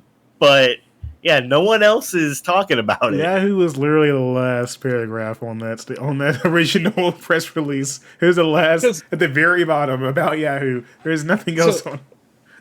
Didn't Yahoo and AOL like merge a long time ago? And then Verizon bought both of them, and then they named them Oath, and then they shut everything down or something. Was that after AOL or after Warner Brothers ditched AOL from their name or whatever? Yes. So. Okay. They spun off AOL. AOL and Yahoo somehow merged. And then... Can you imagine? Who thought that was a good idea? AOL and Yahoo are like, you know what? We need to merge. When I think Yahoo, I think could they ask Jeeves to join that trifecta there? Alta Vista. Not ask Jeeves. Yeah, Hotbot and Lycos. No, I think of two things when I think of Yahoo. Fantasy football and finance. Like... Yeah, you're saying things that I've never used. I've just seen like tombstones for. All right. Well, getting back to the actual Honda. Good for you guys. Getting back to the actual tournament. This fan cup play thing and play and win sweepstakes. It will be posted like on the Xbox dashboard. So on the main page, there will be a tile about it and everything. But I just want to note that the Play and Win grand prize does include the Xbox Series X mini fridge. Yes. Xbox Series long overdue for that. The mini fridge. Not a car. Not a car. And not a car. I just want to say that, I got the Xbox Series X mini fridge, and it died on me in 2 weeks. So, I ended up having to send that bad boy back. Real quick. You can partner with Shacknews. We won't even charge you. I don't know what you're paying Yahoo. We'll do it for less. I don't think you're getting any value out of this. We at least do a show about esports. Like, we'll do this. I love Tetris. They're paying Yahoo and McDonald's double cheeseburgers. On the Honda News post, it does say Yahoo. It in one spot it says developed in partnership with Yahoo on the Honda News website. In it's buried at the bottom. Developed is a strong word. Something has to develop their own. Sorry, I'm more fixated on the fact that Yahoo is somehow developing. Like, what on earth could they be doing over there? Are we sleeping on Yahoo? Are they about to make a big move into esports for the fourth time? It furthers the brand's commitment to connecting with gamers at all levels and strengthening its relationship with first-time buyers. I mean, so, dude, how do you stream this? Like, how are you going to stream this? Are these in-person events? Because NHL 22 specifically, I don't think there's a spectate mode for that game. I don't think there is either. I think these are all online qualifiers or whatever. Tetris Effect out of those three is the one that is esports ready. Like, it is. Like, you can do a spectate mode. You can have two people go head-to-head. There is a mode for that. It's weird to see an EA game. Because I don't know if you've ever watched any of these EA Sports esports events. They're pretty cringe. The Madden Cup or whatever, the Madden Bowl that they run. But yeah, I'd be interested to watch what they do in Forza Horizon 5. Well, the thing is, like, I'm on their website to like register for the events, and they have 15 events set up that you can register for, but they're all NHL 22 and Forza, none for Tetris Effect. And the website, the Honda News website, does not mention Tetris Effect anywhere, but other websites do. It's one mention of Tetris in the Honda press release. Okay. Yeah. That's it, though. Another fumbled marketing. It's like EA Sports NHL 22 Tetris Effect connected in Forza. Yeah, I don't see where the Tetris Effect like actual tournaments are taking place, and that's the game that I'm most interested in. I would actually want to participate in that tournament because I absolutely love Tetris Effect, and I think you're absolutely right. It is the one that is probably most esport ready. They actually gave us an About Yahoo at the bottom of their press release. Yeah, what I'm saying. It was just like the But last the link, paragraph. Eddie, the link's not even to yahoo.com. It's to yahooinc.com. I mean, it's... What the hell? I do see the statement in the middle there from Elizabeth Hurst Brady, the head of global revenue and client solutions at Yahoo. Yeah, she's speaking on gamers are known brand advocates, and we're closely worked with Honda to develop a unique and exciting game experience.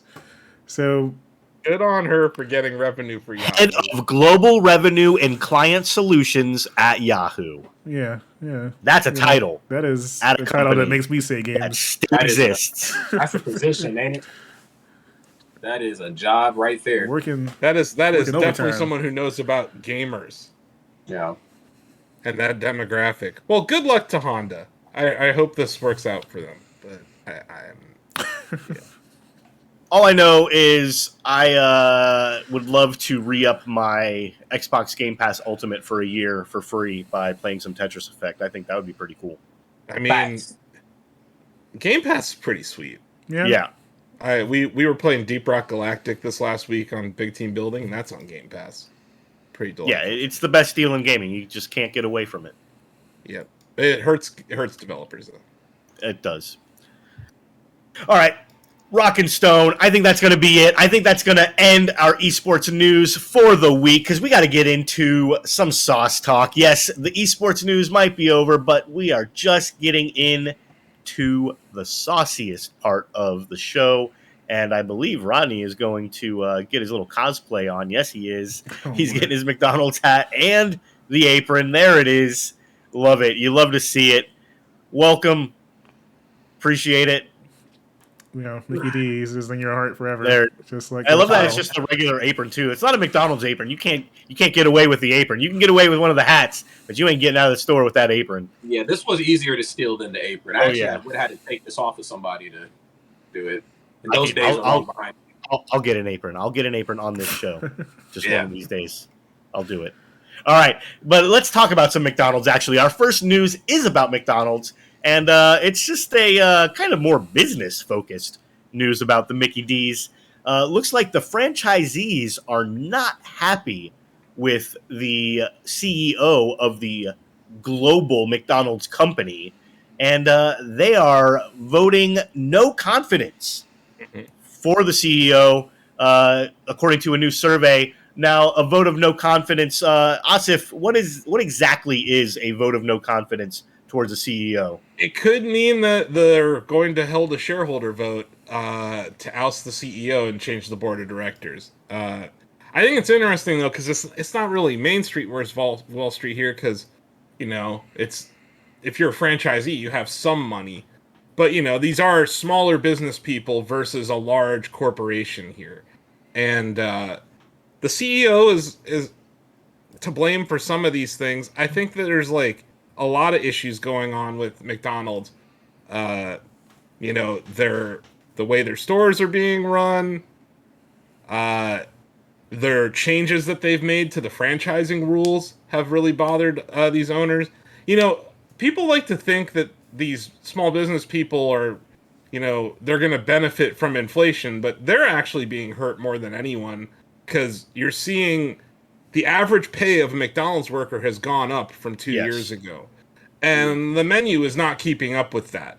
So their margins are declining. And then on top of that, McDonald's, for their non-store or, their non-company owned stores, they're raising the costs of being a franchisee at all. So it's like they're getting hit on both sides if you're a franchisor, right? You're being hit on the employee costs and on the cost of being a McDonald's. So I don't blame them for being annoyed and responding negatively. And yeah, if a CEO sucks, throw him out.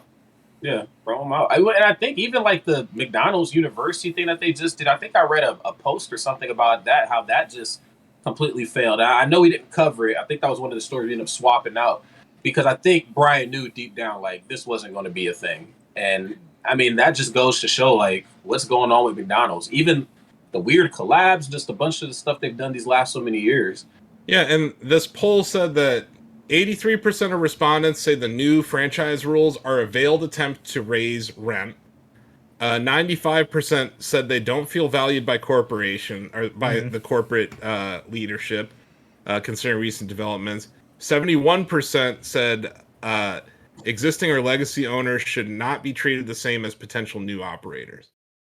There's like a lack of loyalty, a lack of respect, and then, like I said, they're trying to like shoehorn in a way to increase the cost for these people, which at this time is just kind of brutal. To be running one of these businesses. So yeah, it's not Main Street versus Wall Street, but it is small business people versus the big corporation that is McDonald's. Mm-hmm. And yeah, I would stand with the people working there and maybe some of these franchisors because I doubt, McDonald's is still profitable. They're not losing money here. Yeah. They just they're doing this so they can keep their revenues growing. Yeah. And that's, I think. Well, because that's what shareholders want to see, obviously. Yeah, but like, you know what? Sometimes we should just have recessions. Yeah. Like sometimes we should let companies shrink instead of this never-ending growth world that we live in. Like it seems, especially considering the past years. I mean, I feel like if it was ever a time for you to put that into some kind of business, strategy or at least acknowledge it, now would be the time. Yeah, they're helping. They claim McDonald's claim that they're committing $250 million to help new franchisees out, but like that's kind of what's messed up here is that like the legacy franchisers are not getting that benefit. So it's like McDonald's almost sees the writing on the wall. It's like, okay, we're gonna lose these franchisees. Let's just get some new ones, and that's that abusive corporate relationship that I think some of these people are talking about. So yeah, especially if you have situations, with if there's a standard that McDonald's wants to keep and it's upholding the loyal the loyal people up to you, and now they're in a situation where like they've been held to the standard all this time, and then they just kind of tossed to the wayside. I'd be real pissed off. Yep. But no, that's basically it. We don't have to dwell on it too much. There's more McDonald's news, right? Yeah, there's more delicious looking McDonald's news up ahead, though. Not for us, though. Looks like McDonald's in Singapore will sell you some fried chicken if you want. I didn't even know that you could get fried chicken in other countries at McDonald's. But yeah, they're debuting a new Chicken McCrispy salt and pepper in Singapore. I mean, I love salt and pepper obviously should go on fried chicken, right? Like if you don't have at least the bare minimum of salt and pepper on your fried chicken, you're definitely doing something very wrong. So at least they're covering, the basics here. But yeah, I just, would you guys go to McDonald's if they started selling fried chicken here to try some of it? Yes. Sorry, that was fast. I didn't mean to come out frame one, but yes, I would definitely go. This looks really good too. And I mean, of course, McDonald's is the king of marketing things that look a lot better than how you're going to get it. And honestly, this piece of chicken here on the right doesn't look very. I was going to say, I can't even tell you what part of the chicken that thing on the right is. It's supposed to be a thigh. It's supposed to be a thigh, I believe. That's okay. I'm not sure I'm enjoying the amount of detail on that image. It's a little bit too much for me right now. It's kind of graphic. It's feeling very fleshy. Right, and it's also very contrived because it's like there's that split where the breading isn't there. It's like they just wanted to show you what the chicken looked like. And it's actual meat, Yeah. It's not like our chicken nugget inside. Yeah, it's not. They wanted to make sure you realize this isn't the same chicken that's in the nuggets. Yeah, like really struggled to make that.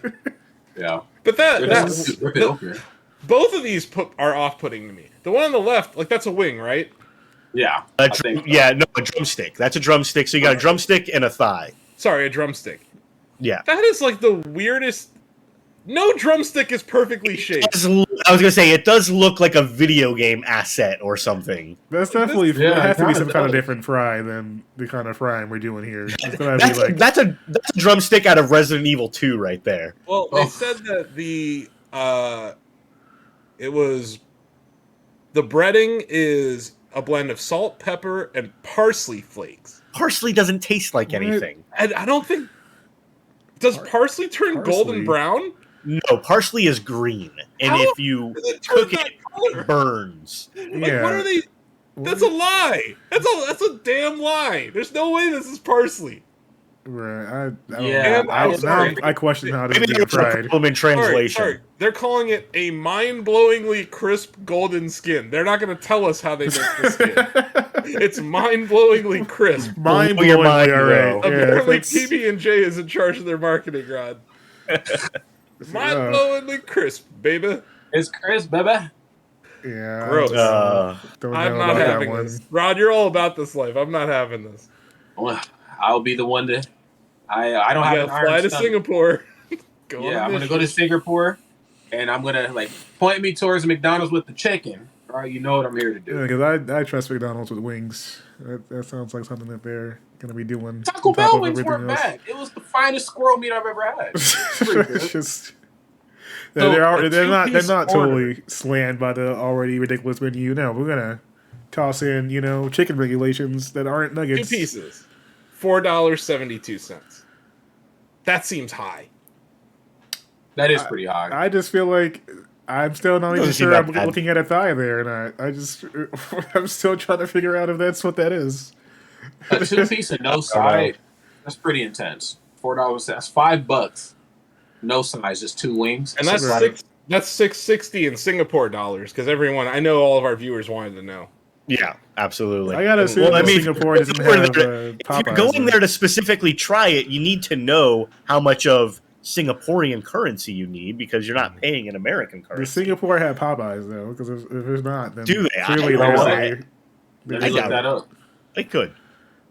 maybe This McDonald's was like is they don't have any this is competition. The second most off-putting thing from the government of Singapore in the last 2 weeks. The first one is that Skull and Bones game. Oh god, Oh man, this is the There type of are- food that was on I'm the boat right here. Love You it. know, I'm this calling this out. meat, Singapore on notice. You are on notice, Singapore. 'Cause I'm not having this chicken. they're frying Just chicken get your like shit this together. on that boat. I'm sure. They got a little of that powder. Whip it up in some of that grease and with a Some of that barrel parsley. somewhere. On the pirate ship. Eat that good parsley. Yeah, they be down for this right here. Just, All right, I don't. Do we have time for this next segment? We are already over Yeah, our probably not. time. Steve is waiting to start Steve Tendo, and I feel like this is another list that Rodney sourced that is just gonna make us angry. No, I We watched should this save one. No. I watched this one. This one is just about foods that are banned, and I didn't think that Okay. these foods would be banned for the right reason, but some of them actually. I mean, but it could be a good one for next week. let's save it. There's no time We'll limit save on it it. for next week. So make sure you stay tuned to the next Sauce Talk, or stay tuned for the next Sauce Talk, where we will be talking about 10 foods that are banned in other countries, plus whatever saucy news stories we might dig up. But before we end out the show, let's get into our Cortex winner of the week, our Shaq Pets Showdown. Yes, the classic duo wins again. The Bushwhackers are back. Congrats to 8 Mikey. I don't know why I decided to call them the Bushwhackers this week. I just thought of that wrestling team, and I was like, they're cool. And Mad Dog Delphi 97, you know the two I'm going to talk about. Mad Dog and 8 Mikey. 8 Mikey and Mad Dog winning again. They win a lot, don't they? Yes, 8 Mikey won Shacknews for the week. Mad Dog Delphi 97 winning the chatty with a few points, less than 10,000, so not that chatty. But he was still there. I guess Mason decided to take the week off. But Man with the Briefcase right there at number 2 with half the amount of points that 8 Mikey was I able was to right put up. there. I mean, He doubled me in points. comparatively, and then Honestly, I just voted. That's all I was doing Yeah. this week. I uploaded 2 pictures and I voted. I somehow won at one point during the week, and I was Yeah. like, "Whoops!" We I actually just had, when like, Awkward Hamster won a day, and I was like, oh, 2 look, days. there's a name I haven't seen for a little while. Awkward Hamster won on the 16th and the 15th. I won on the 14th. Tilted Tom won on the 13th. Shout out to Tilted Tom. Mikey won on the 12th and the 11th. But yeah, like, Mikey is showing us that you don't have to win every day to destroy everyone on the week or the month. Like, he is really kind of picking his shots now. And then, yeah, Mad Dog just posted the gift thread on Friday. That's Yeah. basically all that's going on there. But yeah, Cortex is still a thing.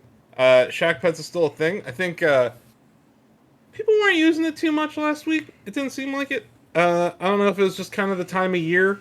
You know, people are on vacation. They're out doing other things. Yeah.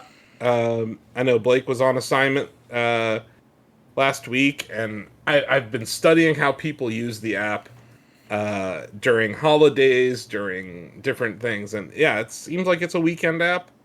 But yeah, I think summertime, people are out. They're out doing things. They're going to concerts and stuff. Yeah. But yeah, it's still there. Latest Pets is still a thing that you can, if you upload, your pet will be showcased at the top of our app. And yeah, just get in there, vote, do some things. Do some things. It's all free. It's on the iOS App Store. It's on the Google Play Store. You can download it there, not spend a dime, have the time of your life. Just while away some spare minutes, while away some spare hours. Who knows? But if you're sick of doom scrolling, you're sick of all the negativity in your social media feeds, you can go to a social media platform where it's just positive pets all the time. You can vote on them, pick which one you decide is the cutest, or you can just scroll through them at your leisure. You don't have to make any decisions. You can just let the cute kitties and puppies and all of that wash over you and give you that dopamine hit that you've been craving all day. But please make sure you go and download it. Make sure you check it out. Lots of users signing up. Lots of pet pics are being uploaded. And yeah, thank you to everyone who's been using the app. We really appreciate all the exciting engagement. Can't wait to see what else is coming up for the app, but that's going to be a little while until we get a big update coming out. So the app is in a great place right now, so make sure you go check it out. I think that's going to wrap it up, though. We are definitely getting into Steve Tendo time. Make sure you stick around. He is playing more of The Legend of Zelda Minish Cap. I'm actually playing that game on my own, just in my spare time as well. So I'm kind of You were playing F-Zero in the background. That is running as well. F-Zero is running in the background. You know, that was my trick to get you onto the show today, and it worked. I knew the siren call of F-Zero couldn't keep you away. So thank you so much, Asif, for joining us again. Very much appreciated. Thank you to Rodney Conyers Jr., my co-host, for also joining us. Thank you to Denny Von Doom for running the technical direction and for all of your thoughts. As for me, I'm Brian Leffler, your co-host for the wide world of electronic sports. This has been episode 141, and we are out of here. Until next week, bye-bye, everybody. Peace out.